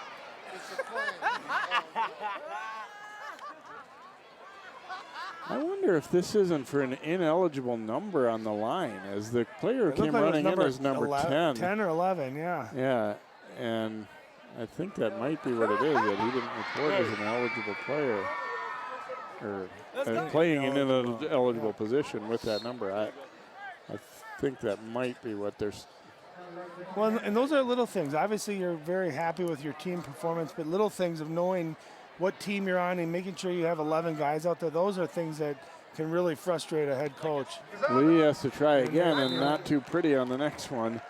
And so the lead will stay at 34-0 for Park Center. Well, you will not find a finer catch than this in high school football. And again, you can't allow Hooker to break contain. Looks like he has plenty of room to run. I thought he was going to tuck it in, but look at that throw, Jay. High and outside where only Brooks could go up and get it. It's just a really athletic play, and that's a great throw. I mean, you couldn't execute that any better, and really well defended, too. But again, it all starts, you know, and it's such a point that I don't think a lot of people analyze, but especially with these athletic quarterbacks, if your defensive ends are disciplined and you contain quarterbacks between the tackles, you know, that play doesn't happen. That other touchdown run that Hooker had doesn't happen. And obviously it's easier said than done because he's a phenomenal athlete. But, you know, you just got to stay home. You got to be disciplined. Zolnowski will kick this one off for Park Center. And when he's kicked, they do kick deep. And it'll be taken on the 2 by Selke. And a lot of room up the middle, but that closes up. And he is ridden down at the 25-yard line. So Park Center mixing things up a little bit with in their kicking game too. Zolnowski at a tying goal as the Pirates pulled out a tie against Centennial on the soccer field Thursday night. Had to kind of, his eyes had to light up. I was at the game, and the goalie ended up for Centennial basically passed the ball right to him because the ball was coming down and he couldn't, it was just out of the penalty area, so he couldn't pick it up with his hands, had to play it with his feet, and pretty much teed it up for Alex, and he was only too happy to put that one away. That doesn't happen too often, so you take advantage of it when it does. Here is Floyd, and there he is going nowhere. Howard drops him in the backfield again. Jay, I feel like we're watching a replay of the first half here. Howard gets penetration 4 yards deep and just doesn't allow Ricky Floyd to get started. I mean, there's nothing as a running back you can do to avoid that. Just got to have better protection, better effort out of that front five. Give your star running back a chance to make a play. Loss of 4 as Howard getting the job done again there. So 2nd and 14 now. Whitmore looking to throw and incomplete. It was well covered anyway, but trying to go to Juogu there. He's listed as 5'11", but doesn't he look a lot taller than that down there, Jay? Yeah, I would agree. He looks just really long. It was a good try. I like the play call, a little play action, and Whitmore, you got to just give your guy a chance to make a play. That ball just a couple of feet too high. 3rd and 14 now for the Red Knights, who have just struggled all night to get much going offensively, and will get a timeout requested here. Well, and you're almost thinking too, Jay, it's 3rd and 15. If they were to get 8, 9, 10 yards at this point, even though with the field position, are you in 4-down territory at this point to try to sustain drives, or, you know? I'd almost say you might be so far behind that you don't do it just because you feel like you're already out of it and don't want to get the margin any bigger. I don't know. I mean, here's a look at what Benilde has coming up, and I'll tell you what, Benilde, in comparison to Park Center, has a stronger remaining schedule yet to go. Boy, it doesn't get too much easier those next 2 games either. You see, those 2 teams are playing each other tonight, and Spring Lake Park ranked 2nd in the state. Where meanwhile, Park Center, I don't want to jinx anything for the Pirates by saying they've got easy games coming up, but definitely 2 winnable. You look at the win-loss records, and it certainly does look that way. The one nice thing for Benilde is both of their next 2 games are at home, you know, and it's always nicer playing, you know, at your home stadium in front of your fans. And here they go with the little inside reverse handoff there to Ajugu there, and they'll get out to the 30. Well, and this is kind of that situation you and I were just talking about, and they are going to bring the punt team in. But again, it goes back to that first down play where they lost 5 yards. You got to win that first down because you get a nice 10-yard gain, you're still 5 yards short of the first down. They got to find a way for their front five to block that front five of Park Center. It seems like all night long, every time Floyd gets the ball, he's got someone right on him in the backfield. Horton booting it away. Hooker will come up, and he has to watch it bounce, and it'll go out of bounds at about the 39. He was also looking into the sun, and I know even before the ball was kicked, he was trying to shield his eyes there, so probably wise not to make any wild gamble at it there. And you're the quarterback, too. You don't necessarily want to start this drive, after having taken a little punishment. Yeah. Well, the way he finishes runs, I don't think he's worried too much about the hits he takes. He's a pretty physical quarterback. Yeah, I would agree. Here's a look at some of what we got coming up on 12 Sports. As get some soccer action in, and then next week, football-wise, we got the Hopkins Royals hosting Minnetonka Lake Conference football. So Park Center football on there, 39. Hooker under center. Rush coming, but he gets the screen out there to Richards. Ooh, and Richards brought down Ojukwu on the stop. Otherwise, they had things set up pretty well to really break that one. Well, again, a really well-timed screen. And anytime you see multiple defensive linemen getting in, and it seems too easy, it's usually because it probably is. And the really well-timed screen, they had 2 linemen out in front. Great effort there to make that tackle. Otherwise, that play goes for a lot more.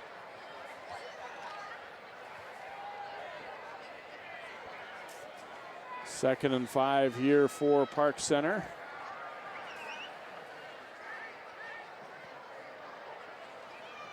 Fake it to Richards. Here's Hooker. Getting out to the edge. Hooker makes a little move. He'll have the first down and then shuffles out of bounds into Benilde territory at about the 46, 47 yard line. Well, and there's two things that make that play effective, Jay. First is they've had success running the football, so that read option defense has to collapse on that. Secondly, it looked like Benilde had pretty good contain there, but just the speed and athleticism of Hooker still able to get outside.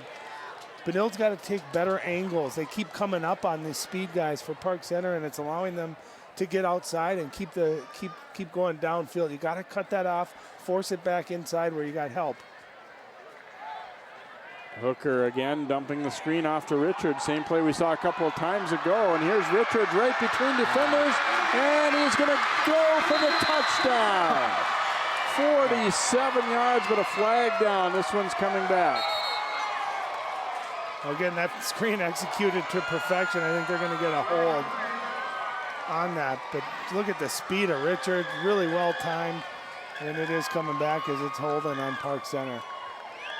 Well, we saw on that previous one, Ryan, that, you know, if it wasn't for the efforts of one tackler, that previous screen. That's what would have happened. Yeah. Yep. And they went back to it, and it was executed really well. I didn't see where the hold occurred, but I don't know if it had much of a impact on this play. We'll see if we can find it. Somewhere in the middle, it appeared, at least based on where they threw. Unless it was, you know, right there.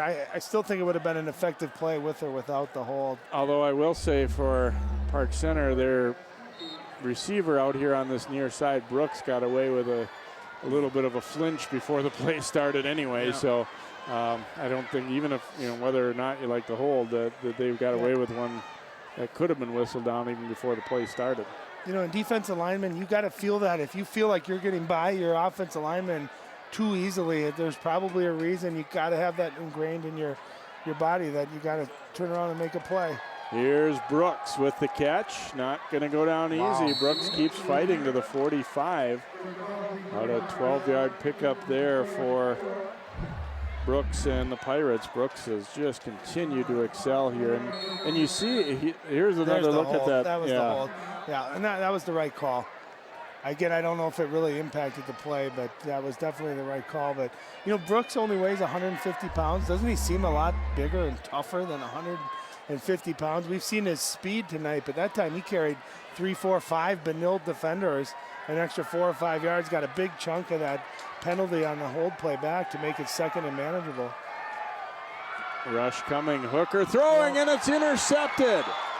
Jacob heading back the other way, trying to get by Hooker, and Hooker able to drag him down at the 4-yard line. But a 54-yard return there for Jacob. He doesn't quite get all the way as Hooker's able to bring him down, but great interception. Boy, we could see that one coming from up here. The throw was a little bit late. Hooker was under pressure, and the receiver had basically run his route and stopped. And that ball seemed to hang in the air. A great play by Jacob to anticipate that. The difference here, Jay, watch, he tries to get outside wide. There's nowhere to go. He throws off his back foot, not able to get his body into it, and that ball hangs. And Cole Jacob, great play. And a nice effort, too, by Hooker to hang on here and make the tackle.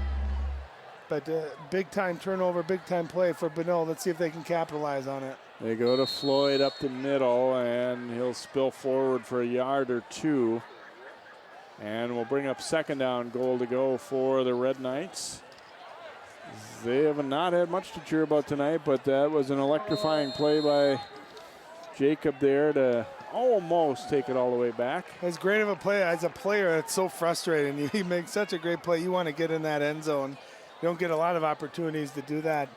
And it's so close, but still a really big play. And this is where, as an offense, you talk about having character. You got to step up. You get the ball on your 7-yard line, you got to put it in. And Floyd wrapped up and dropped. Mansfield getting there early, and a little help from Quinn as well. That one had no chance. They were there not much after the handoff was made. I mean, and you'd like to see at this point maybe a little creativity, trying to get something going to the outside, get the perimeter going, maybe quick passing. You know, that shotgun into the read option handoff is just not working tonight. There's just too much penetration by that Pirate front four. We've seen him go misdirection here, doing that reverse. See if they can resort to trickery possibly. 3rd and goal. Whitmore firing on the slant, looking for Brooks, and it is incomplete. Defended there by Peel. Tried to cut across in front of him and couldn't quite bring it in. So 4th down and goal now for Benilde.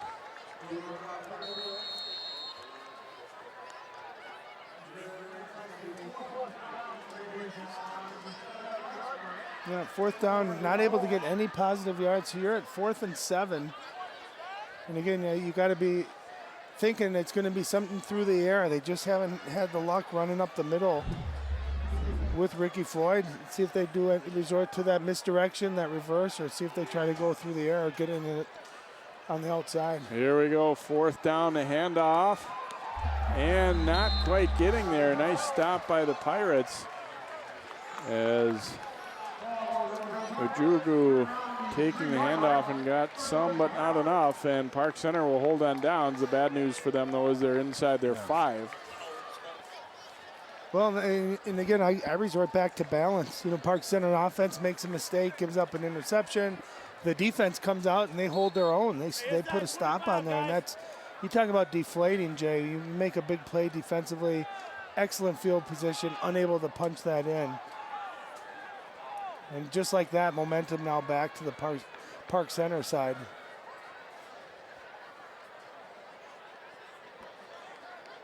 And really, that interception, as great of a play that was, that's the first mistake I've seen of Hooker where he didn't step into his throw, didn't get a lot of velocity on that ball. From the 3, they hand it off to Quinn, ran into his own blocker at first, but then just calmly bounces out of there and will apparently, well, be very close to the 1st down anyway, if not pick it up.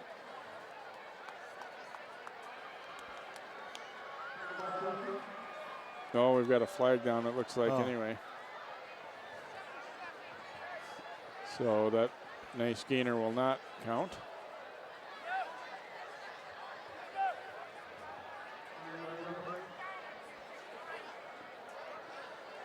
That's a face mask. Oh.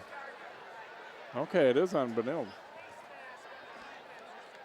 Going to decline it and take the gainer there, so 1st down run.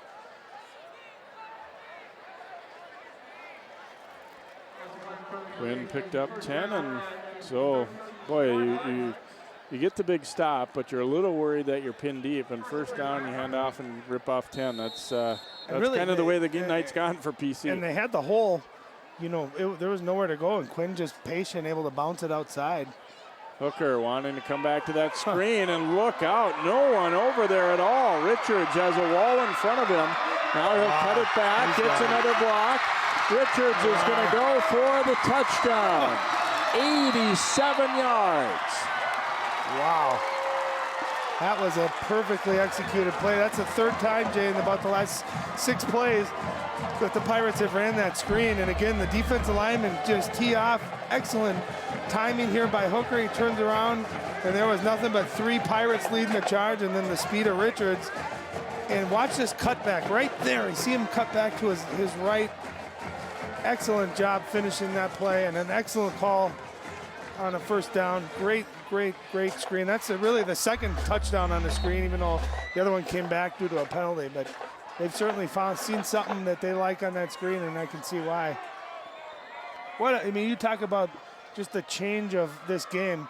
After the interception, Benilde could go in and score, and all of a sudden we have somewhat of a game. Instead, they get stopped. Big touchdown pass, 87 yards. What a play. Leon for the extra point here for Park Center, and his kick is up, and it is good. And so with 1:30 to go in the 3rd quarter, 41-0 Park Center. Wow. Really taking it to Benilde. And Richards, I give him some credit on that play, too, for being patient enough to cut that one back. I thought at first, you know, when he first got the ball there, okay, that's all we've got is blockers in front, but obviously they got back and kind of, you know, cut the angle down a little bit, but he didn't really lose sight of what he wanted to do there. He just kind of calmly waited and let that block develop, and there he goes. Yeah, great patience, and a couple of things too, Jay. You know, they had a couple guys back for Benilde, but the speed of Richards, there was no one that was coming from the weak side or behind him that was going to be able to catch him. So he knows that. He patiently waited. And I just love watch the cutback here. You can see, I mean, there's no one in front of him. There he's using his speed. He knows, look at his vision, turn around. But right here he knows. And a nice job by number 51 to turn around and cut. Look at that cutback. And there's no one on the white team even in the screen. So just an excellent play.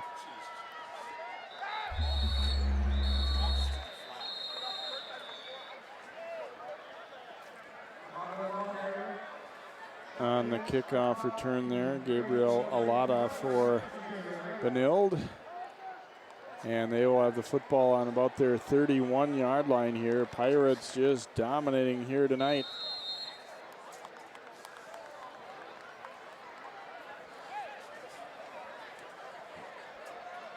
And again, I think, you alluded to Benilde's upcoming next 2 games. It doesn't get easier. So I think at this point, you're probably not thinking, hey, we can win this game, but can we get something going, something where we can feel good, some kind of momentum that we can go into next week's practices feeling good about that we were able to execute. Floyd takes a handoff, and he is wrapped up immediately, about a 1-yard pickup. As Coach Hank said at halftime, he's fast, but he's not that fast. If you don't block for him, he's not going to go anywhere. Sean Jones in on the stop that time for Park Center. Well, it's an old cliche, but it takes 2 to tango. I mean, it really, great running backs generally have good offensive lines. They got to at least be given a chance to make their plays, and vice versa. There's not a lot of really good lines that don't have good running backs, so they really go hand in hand, but he just has not had a chance to really get going. We've seen a couple of his quick hitters, and he's got explosive speed. Whitmore faking now, chase back the other way. He's in trouble, throwing it up for grabs in the middle of the field, and Hooker intercepts it.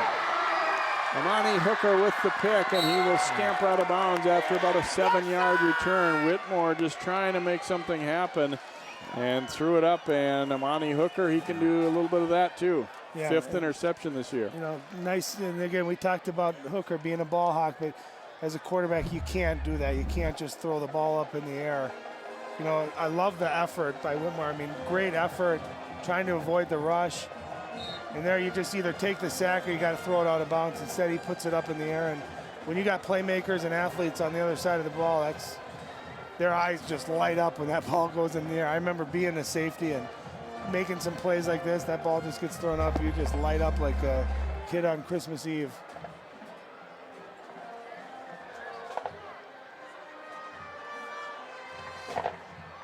So 1st and 10 from the 35 of Benilde. Reverse to Brooks. Brooks getting around the edge. He's got a little bit of a convoy. Ooh, and just cut down on the sideline there by Liam Ford. Great effort. Ford came all the way across the field there to save a touchdown. Excellent effort. Flag down, though, way down the field. Right about the 20. It looked like an illegal block in the back. Might be the call. Well, did you see back at the line of scrimmage? Or it's going to be a hold. I know the question is where. Yeah, so it's still going to be. They gained 5 out of it in total.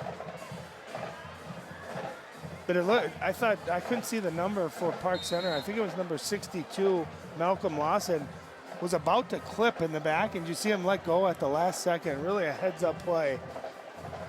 Realizing he didn't need to make contact to get Brooks around the edge. But you got Park Center still doing everything they can to try to put pressure on this defense, try to score, and that's going to be the last play of the 3rd quarter. So after 3, 41-0. Park Center. We'll be back with our 4th quarter of football here on 12 Sports.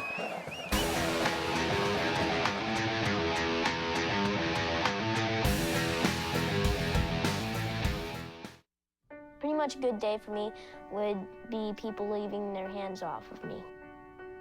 I'm always called names. Everywhere that I go, there's always someone calling me names, calling me gay. I've been choked, thrown up against a wall, punched. Nobody's ever tried to help me.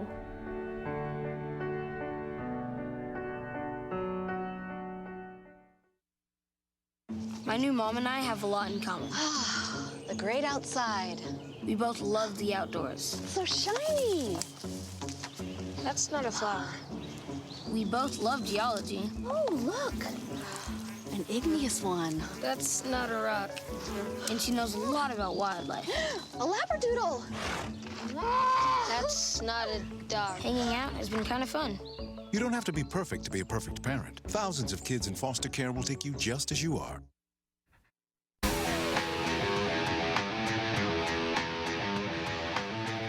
And we are just underway in the fourth quarter. Backup quarterback now in, Nelson Cruz for Park Center, and his pass falling incomplete there on that first down play. So there'll be a second down coming up for Park Center.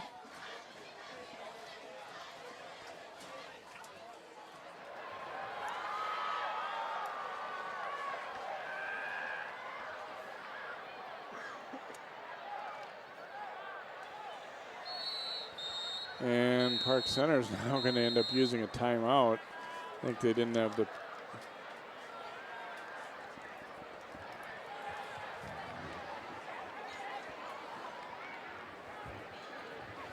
I don't think they had the personnel they wanted there on the field, as you got a new unit coming in, and things can change. I mean, and sometimes too, you know, when you have injuries or things like that, it alters. You know, what you don't necessarily have the same second unit all the time. Yeah, a couple of your second team has already been in, but I think that's one thing, you know, Coach Strong could maybe look at. You know, we had that extra point where they didn't have enough guys on the field, and here we took in a timeout. So a couple of things just personnel-wise and maybe preparation that he'll be able to go to his team tomorrow in the film room and say, guys, you're not as great as you think you are. Here's a few mistakes that if we, you know, we got to eliminate it in order to get better. And you almost like that as a coach, to have a couple of things after a big win, just to be able to have teaching moments. So you're constantly trying to teach these guys, constantly trying to get them better, making them know that there's a lot of things they can still do to get better. Cruz pitching it out to Quinn. Cuts back and will pick up 2 or 3 there. Bring up a third down and short.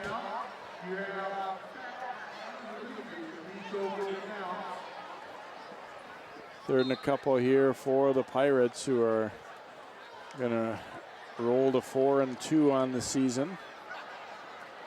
And halt the 3-game winning streak of the Red Knights, too. Boy, and not by a little either. No. You know, you hate to say it, and no disrespect to, you know, their last opponents, but sometimes those wins can come almost too easy, and you get into that, you know, you get into that feeling of playing against the teams that they've been blowing out a little bit.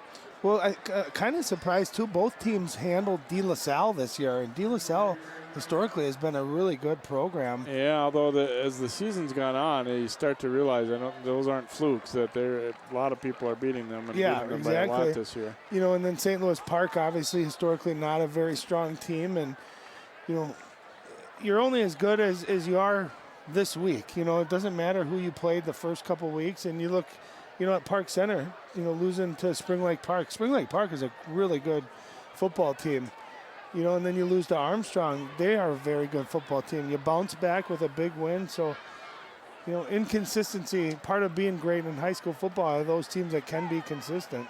Fourth down, they go for it. Quinn looking for an opening, and he will have enough for the first down. Good little cut there as he'll pick up about 6. Yeah, I mean, it sure looked like they had him contained. And again, I hate to keep harping on it, but there was nowhere for him to go. All of a sudden, everyone cuts in, and he bounces it outside. And you don't have help to the outside, so you've got to contain him. And it looked like they had him bottled up. Just a really nice effort. I mean, look at that patience, number 81. That's Jason Comstock. He's still blocking, and just a nice run, finishing it off by Quinn. Park Center finishes their runs off nicely, don't they, Jay? I mean, they lower those shoulders, and they're delivering the hits rather than taking them. From the 19, here's Quinn again, wrapped up after a couple-yard gain. Quinn's had a pretty effective game, and obviously gotten a lot out of Richards out of that tailback slot, but as both a runner and a receiver tonight. Well, and then, you know, let's not forget, I know we talked about it a little bit at halftime, but Rondé Berry, who's been their leading rusher, you know, went down, and, you know, was that the second or third play on offense, and you know, good teams, that's what they do. If someone goes down, it's next man up. Who's going to fill that void? And, you know, this has been by far their best rushing game of the season as far as total yards. And, you know, screen plays count as passing yards, but they're basically another form of running the ball, and they've just done a nice job executing. Park Center, that one didn't go so well. The toss back to Edwards, and they were confused a little bit beforehand. He wasn't sure, trying to get into formation, and they didn't block much for him either. Well, and that's really what Park Center has been doing all game. I mean, look at all the Red Knights in the backfield here, just nowhere to go. That's how team defense, that's how you stop big-time rushers, and maybe a little too late, but excellent effort on that play by Benilde-St. Margaret.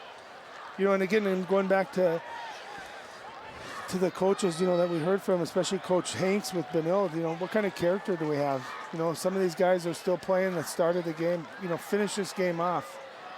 Cruz throwing in, just batted down. Nice play to close quickly on that one by Malachi Johnson there for Benilde. And we'll bring up a 4th down situation. Well, Malachi Johnson, a nice athlete, 6'5", about 210, 215 pounds, and see him get that arm up. Really nice play, outside linebacker. They'll also throw to him as a tight end. Only a junior, so they expect big things out of him the rest of this year and going into next year. I feel like Park Center is bringing their field goal team out. They're a little slow getting to it, though. I'm not sure they're going to be able to get this off in time. Shong Lee. You don't know, you know, a field goal doesn't mean that much here, but you don't get that many times to practice in a game. I think that's what they're thinking here.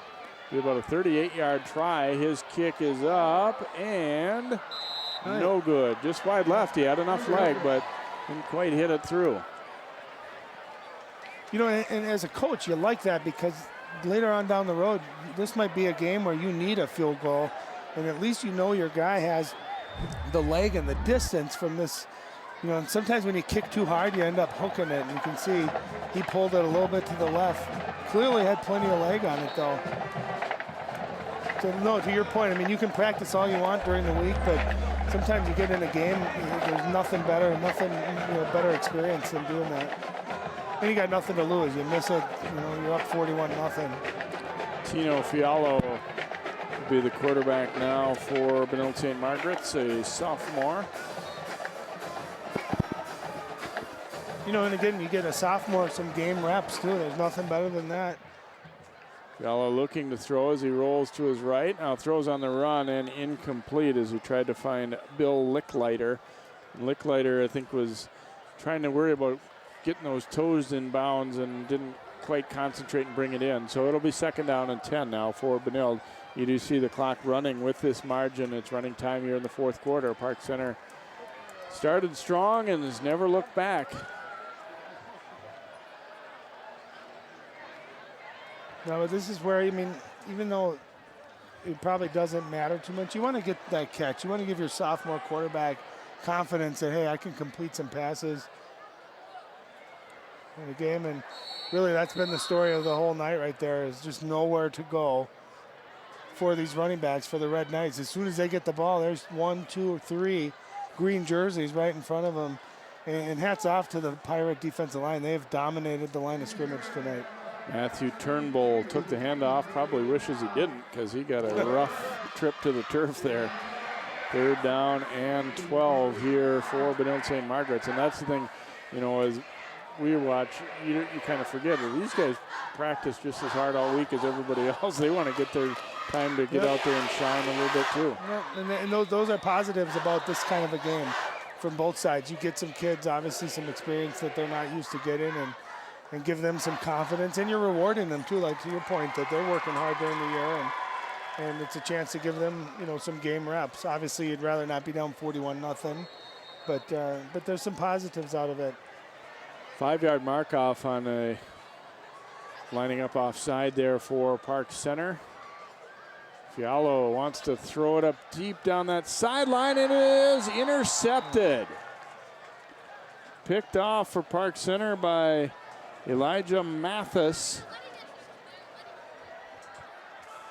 3rd turnover by Benilde tonight. 2 of them were interceptions, and Mathis does a nice job tracking that ball and getting up to make the pick. Yeah, and that ball just hung a little too high in the air. Fialo didn't quite get it. It didn't look like he had a good ball rotation, a little bit wobbly here, and you can see, just like we saw when Hooker left that ball up in the air, anytime that ball hangs in the air like that, you give the defense a chance to go pick it off. And I like them taking an effort to go down the field like that, but just not quite a great throw and well-timed, too, by Park Center to go up and get that interception. Park Center sending subs. Oh, 66, he was going into, he doesn't know where he's lining up. He was going into tailback. He thought he was coming in to get the ball. And the Pirates end up using a timeout there. Yeah, their personnel-wise, I think has been the one area tonight, Jay, where there could be a lot of improvement. Just, and that's one thing, too, is just preparation. You got to know, if you're going to possibly get into the game, you got to know, hey, when we get the ball back, this is who our line, know who's coming out there.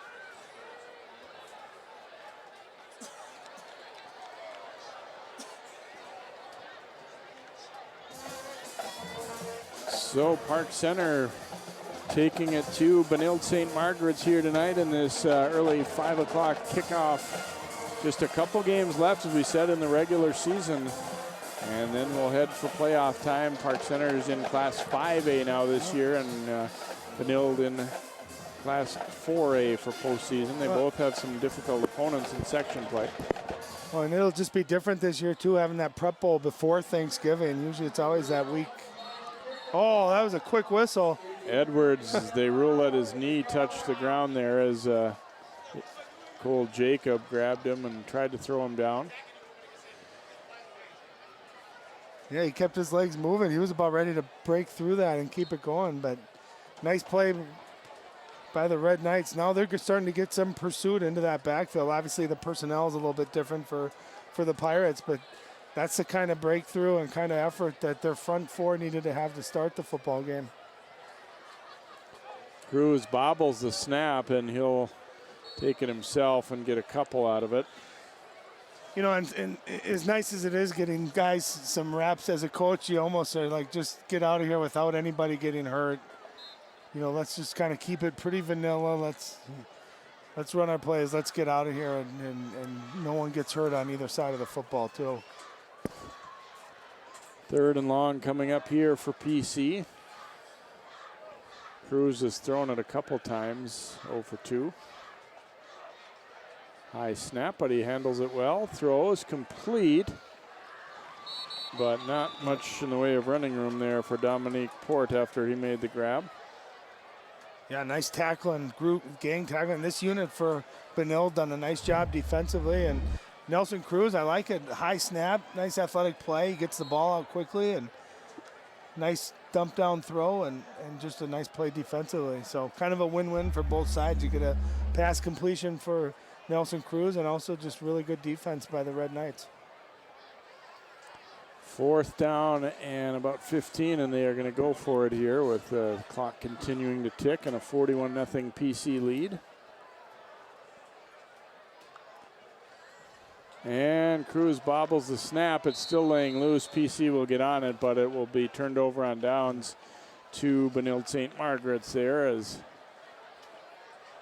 Pirates not able to really get good sequence there, but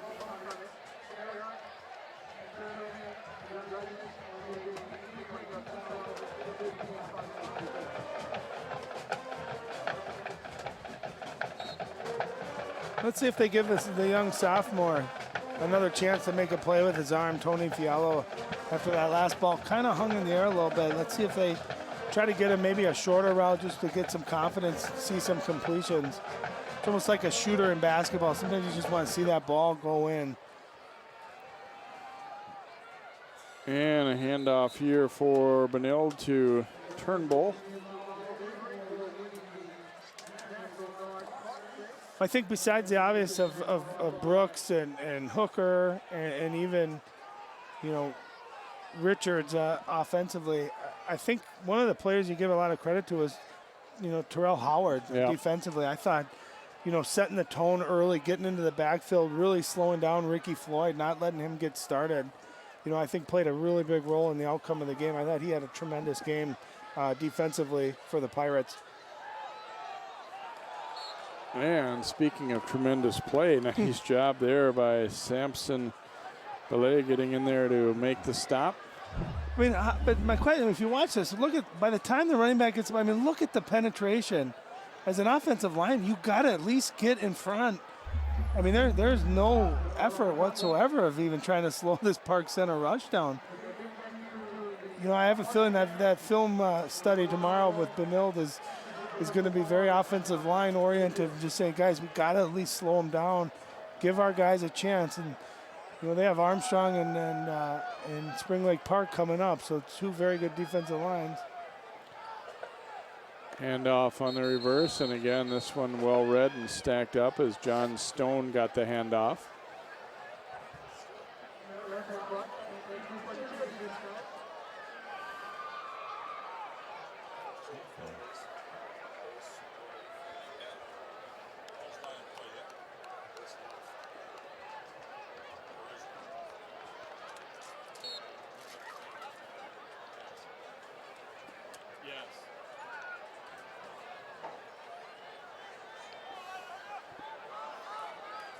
They're going for it.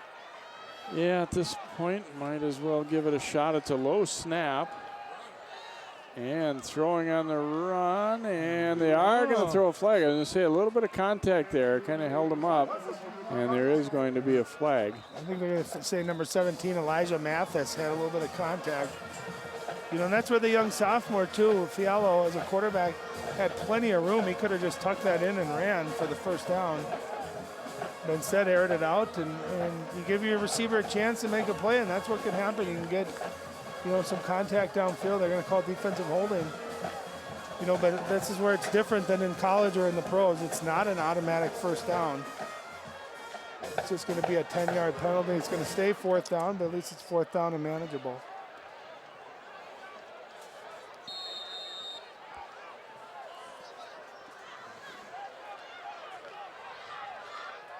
And you're going to throw it up down the sideline, and that one will fall incomplete.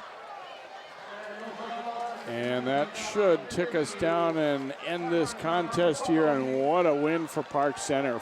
41-0 Pirates, our final score. And gosh, they just did a lot of things right in that first half. Well, they did. Not only did they score in their first possession, but then you remember those two punt returns, too, by Brooks, making it a really short field for their offense. They got 3 quick scores. Armani Hooker, I thought, had a great game at quarterback. And let's not forget either, Malcolm Richards came in and had a huge game running the football with a touchdown and also a long screen pass, and just a really, really all-around great effort defensively and offensively for Park Center. We'll come back to wrap up our coverage in a moment. 41-0 Park Center, our final score here from Park Center High School.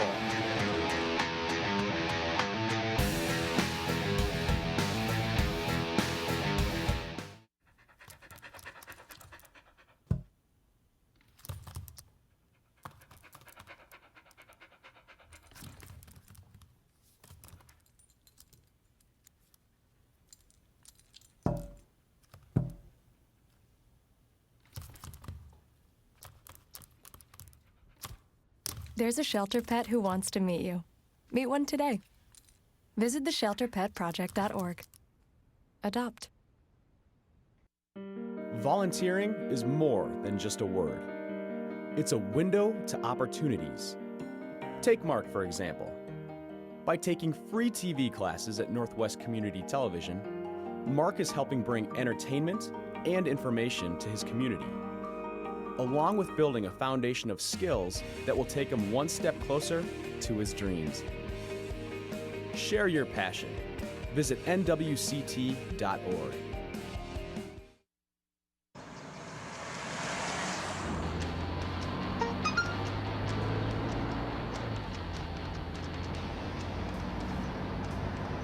The average text takes your eyes off the road for nearly 5 seconds.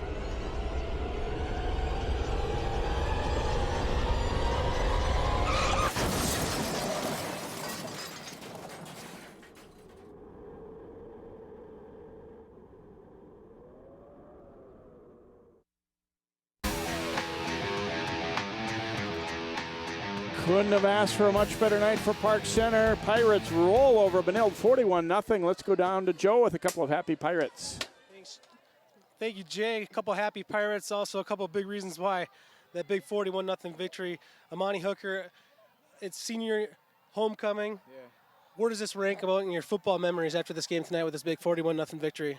We know we haven't won a homecoming game in like 10 years or something, and tonight was just a big win for us. We wanted to come out aggressive and just play hard and physical and fast. So that's what we did today. Now, offensively, you have a couple of injuries. The quarterback goes down, you step up. Your running back goes down, second play of the game. Other players stepped up around him. What does that say about your team? This means that guys need to fill in and just play roles and play jobs. We don't have a big team, so guys have to play multiple positions, and guys have to step up and play. Now you made that big interception, or actually you throw an interception, but you make the big tackle. It preserves the shutout. What was it like there? You felt like you had to get in there and make that tackle before they get in the end zone. I just didn't want to give up an interception for a touchdown, so I threw the pick, so I just know I had to make a stop before he scored. All right, and then defensively, how good does it feel to get that shutout? I mean, you guys have stepped up as a unit. A lot of guys playing on both sides of the ball, so you put up a big number, but defensively, that 0 has to mean a lot. Yeah, it means a lot for our defensive line and linebackers. We know we got faced against a good running back, and our guys had to step up and make plays like we did last week against Cooper. So that was good for our defense. All right, congratulations. Go enjoy the victory of the rest of your team. Another one of the big stars here, Tyshawn and Brooks. What a night you had, too. I mean, it started off special teams, first of all. They were punting the ball away from Hooker, and you made them pay. A lot of teams punts the ball away from Hooker because he's a big threat. It just makes me want to step up and make a play for our team. All right, so does that get your juices flowing a little bit once you get that ball in your hands and all that green grass in front of you? Yeah, and knowing that Hooker and a bunch of green jerseys in front blocking, they really do well blocking on special teams. All right, what about that connection between you and Hooker today throwing the football? It seems like he was finding you down the field. You were getting open. Even when you were pretty well covered, you were adjusting and making some pretty good catches. He's a great QB, way to step in when our QB went down. He just scans the field and sees the open receiver, and I made some great plays. I'm very proud of my performance. And you should be. So tonight, you get the big win over Benilde in a homecoming game. Last week, a dramatic victory over Cooper. Where can this lead to the Pirates, too? And we have a lot of momentum on our chest. We want to keep it rolling, focus on next week, go week by week, and go into sections. All right, well, thank you very much. Congratulations on the great performance. And as you said, it's a big win for you guys, and good luck the rest of the season. All right, Jay, we'll send it back up to you. Thanks very much, Joe, and congratulations to the Pirates as they cruise to the victory here tonight. A game that surprised me a little bit just how lopsided it was. 41-0 Park Center over Benilde-St. Margaret. So the Pirates now at 4-2 on the season. Hope you've enjoyed tonight's telecast. For Ryan Iverson, Joe Moline, and all of our crew, I'm Jay Wilcox. So long from Park Center High School.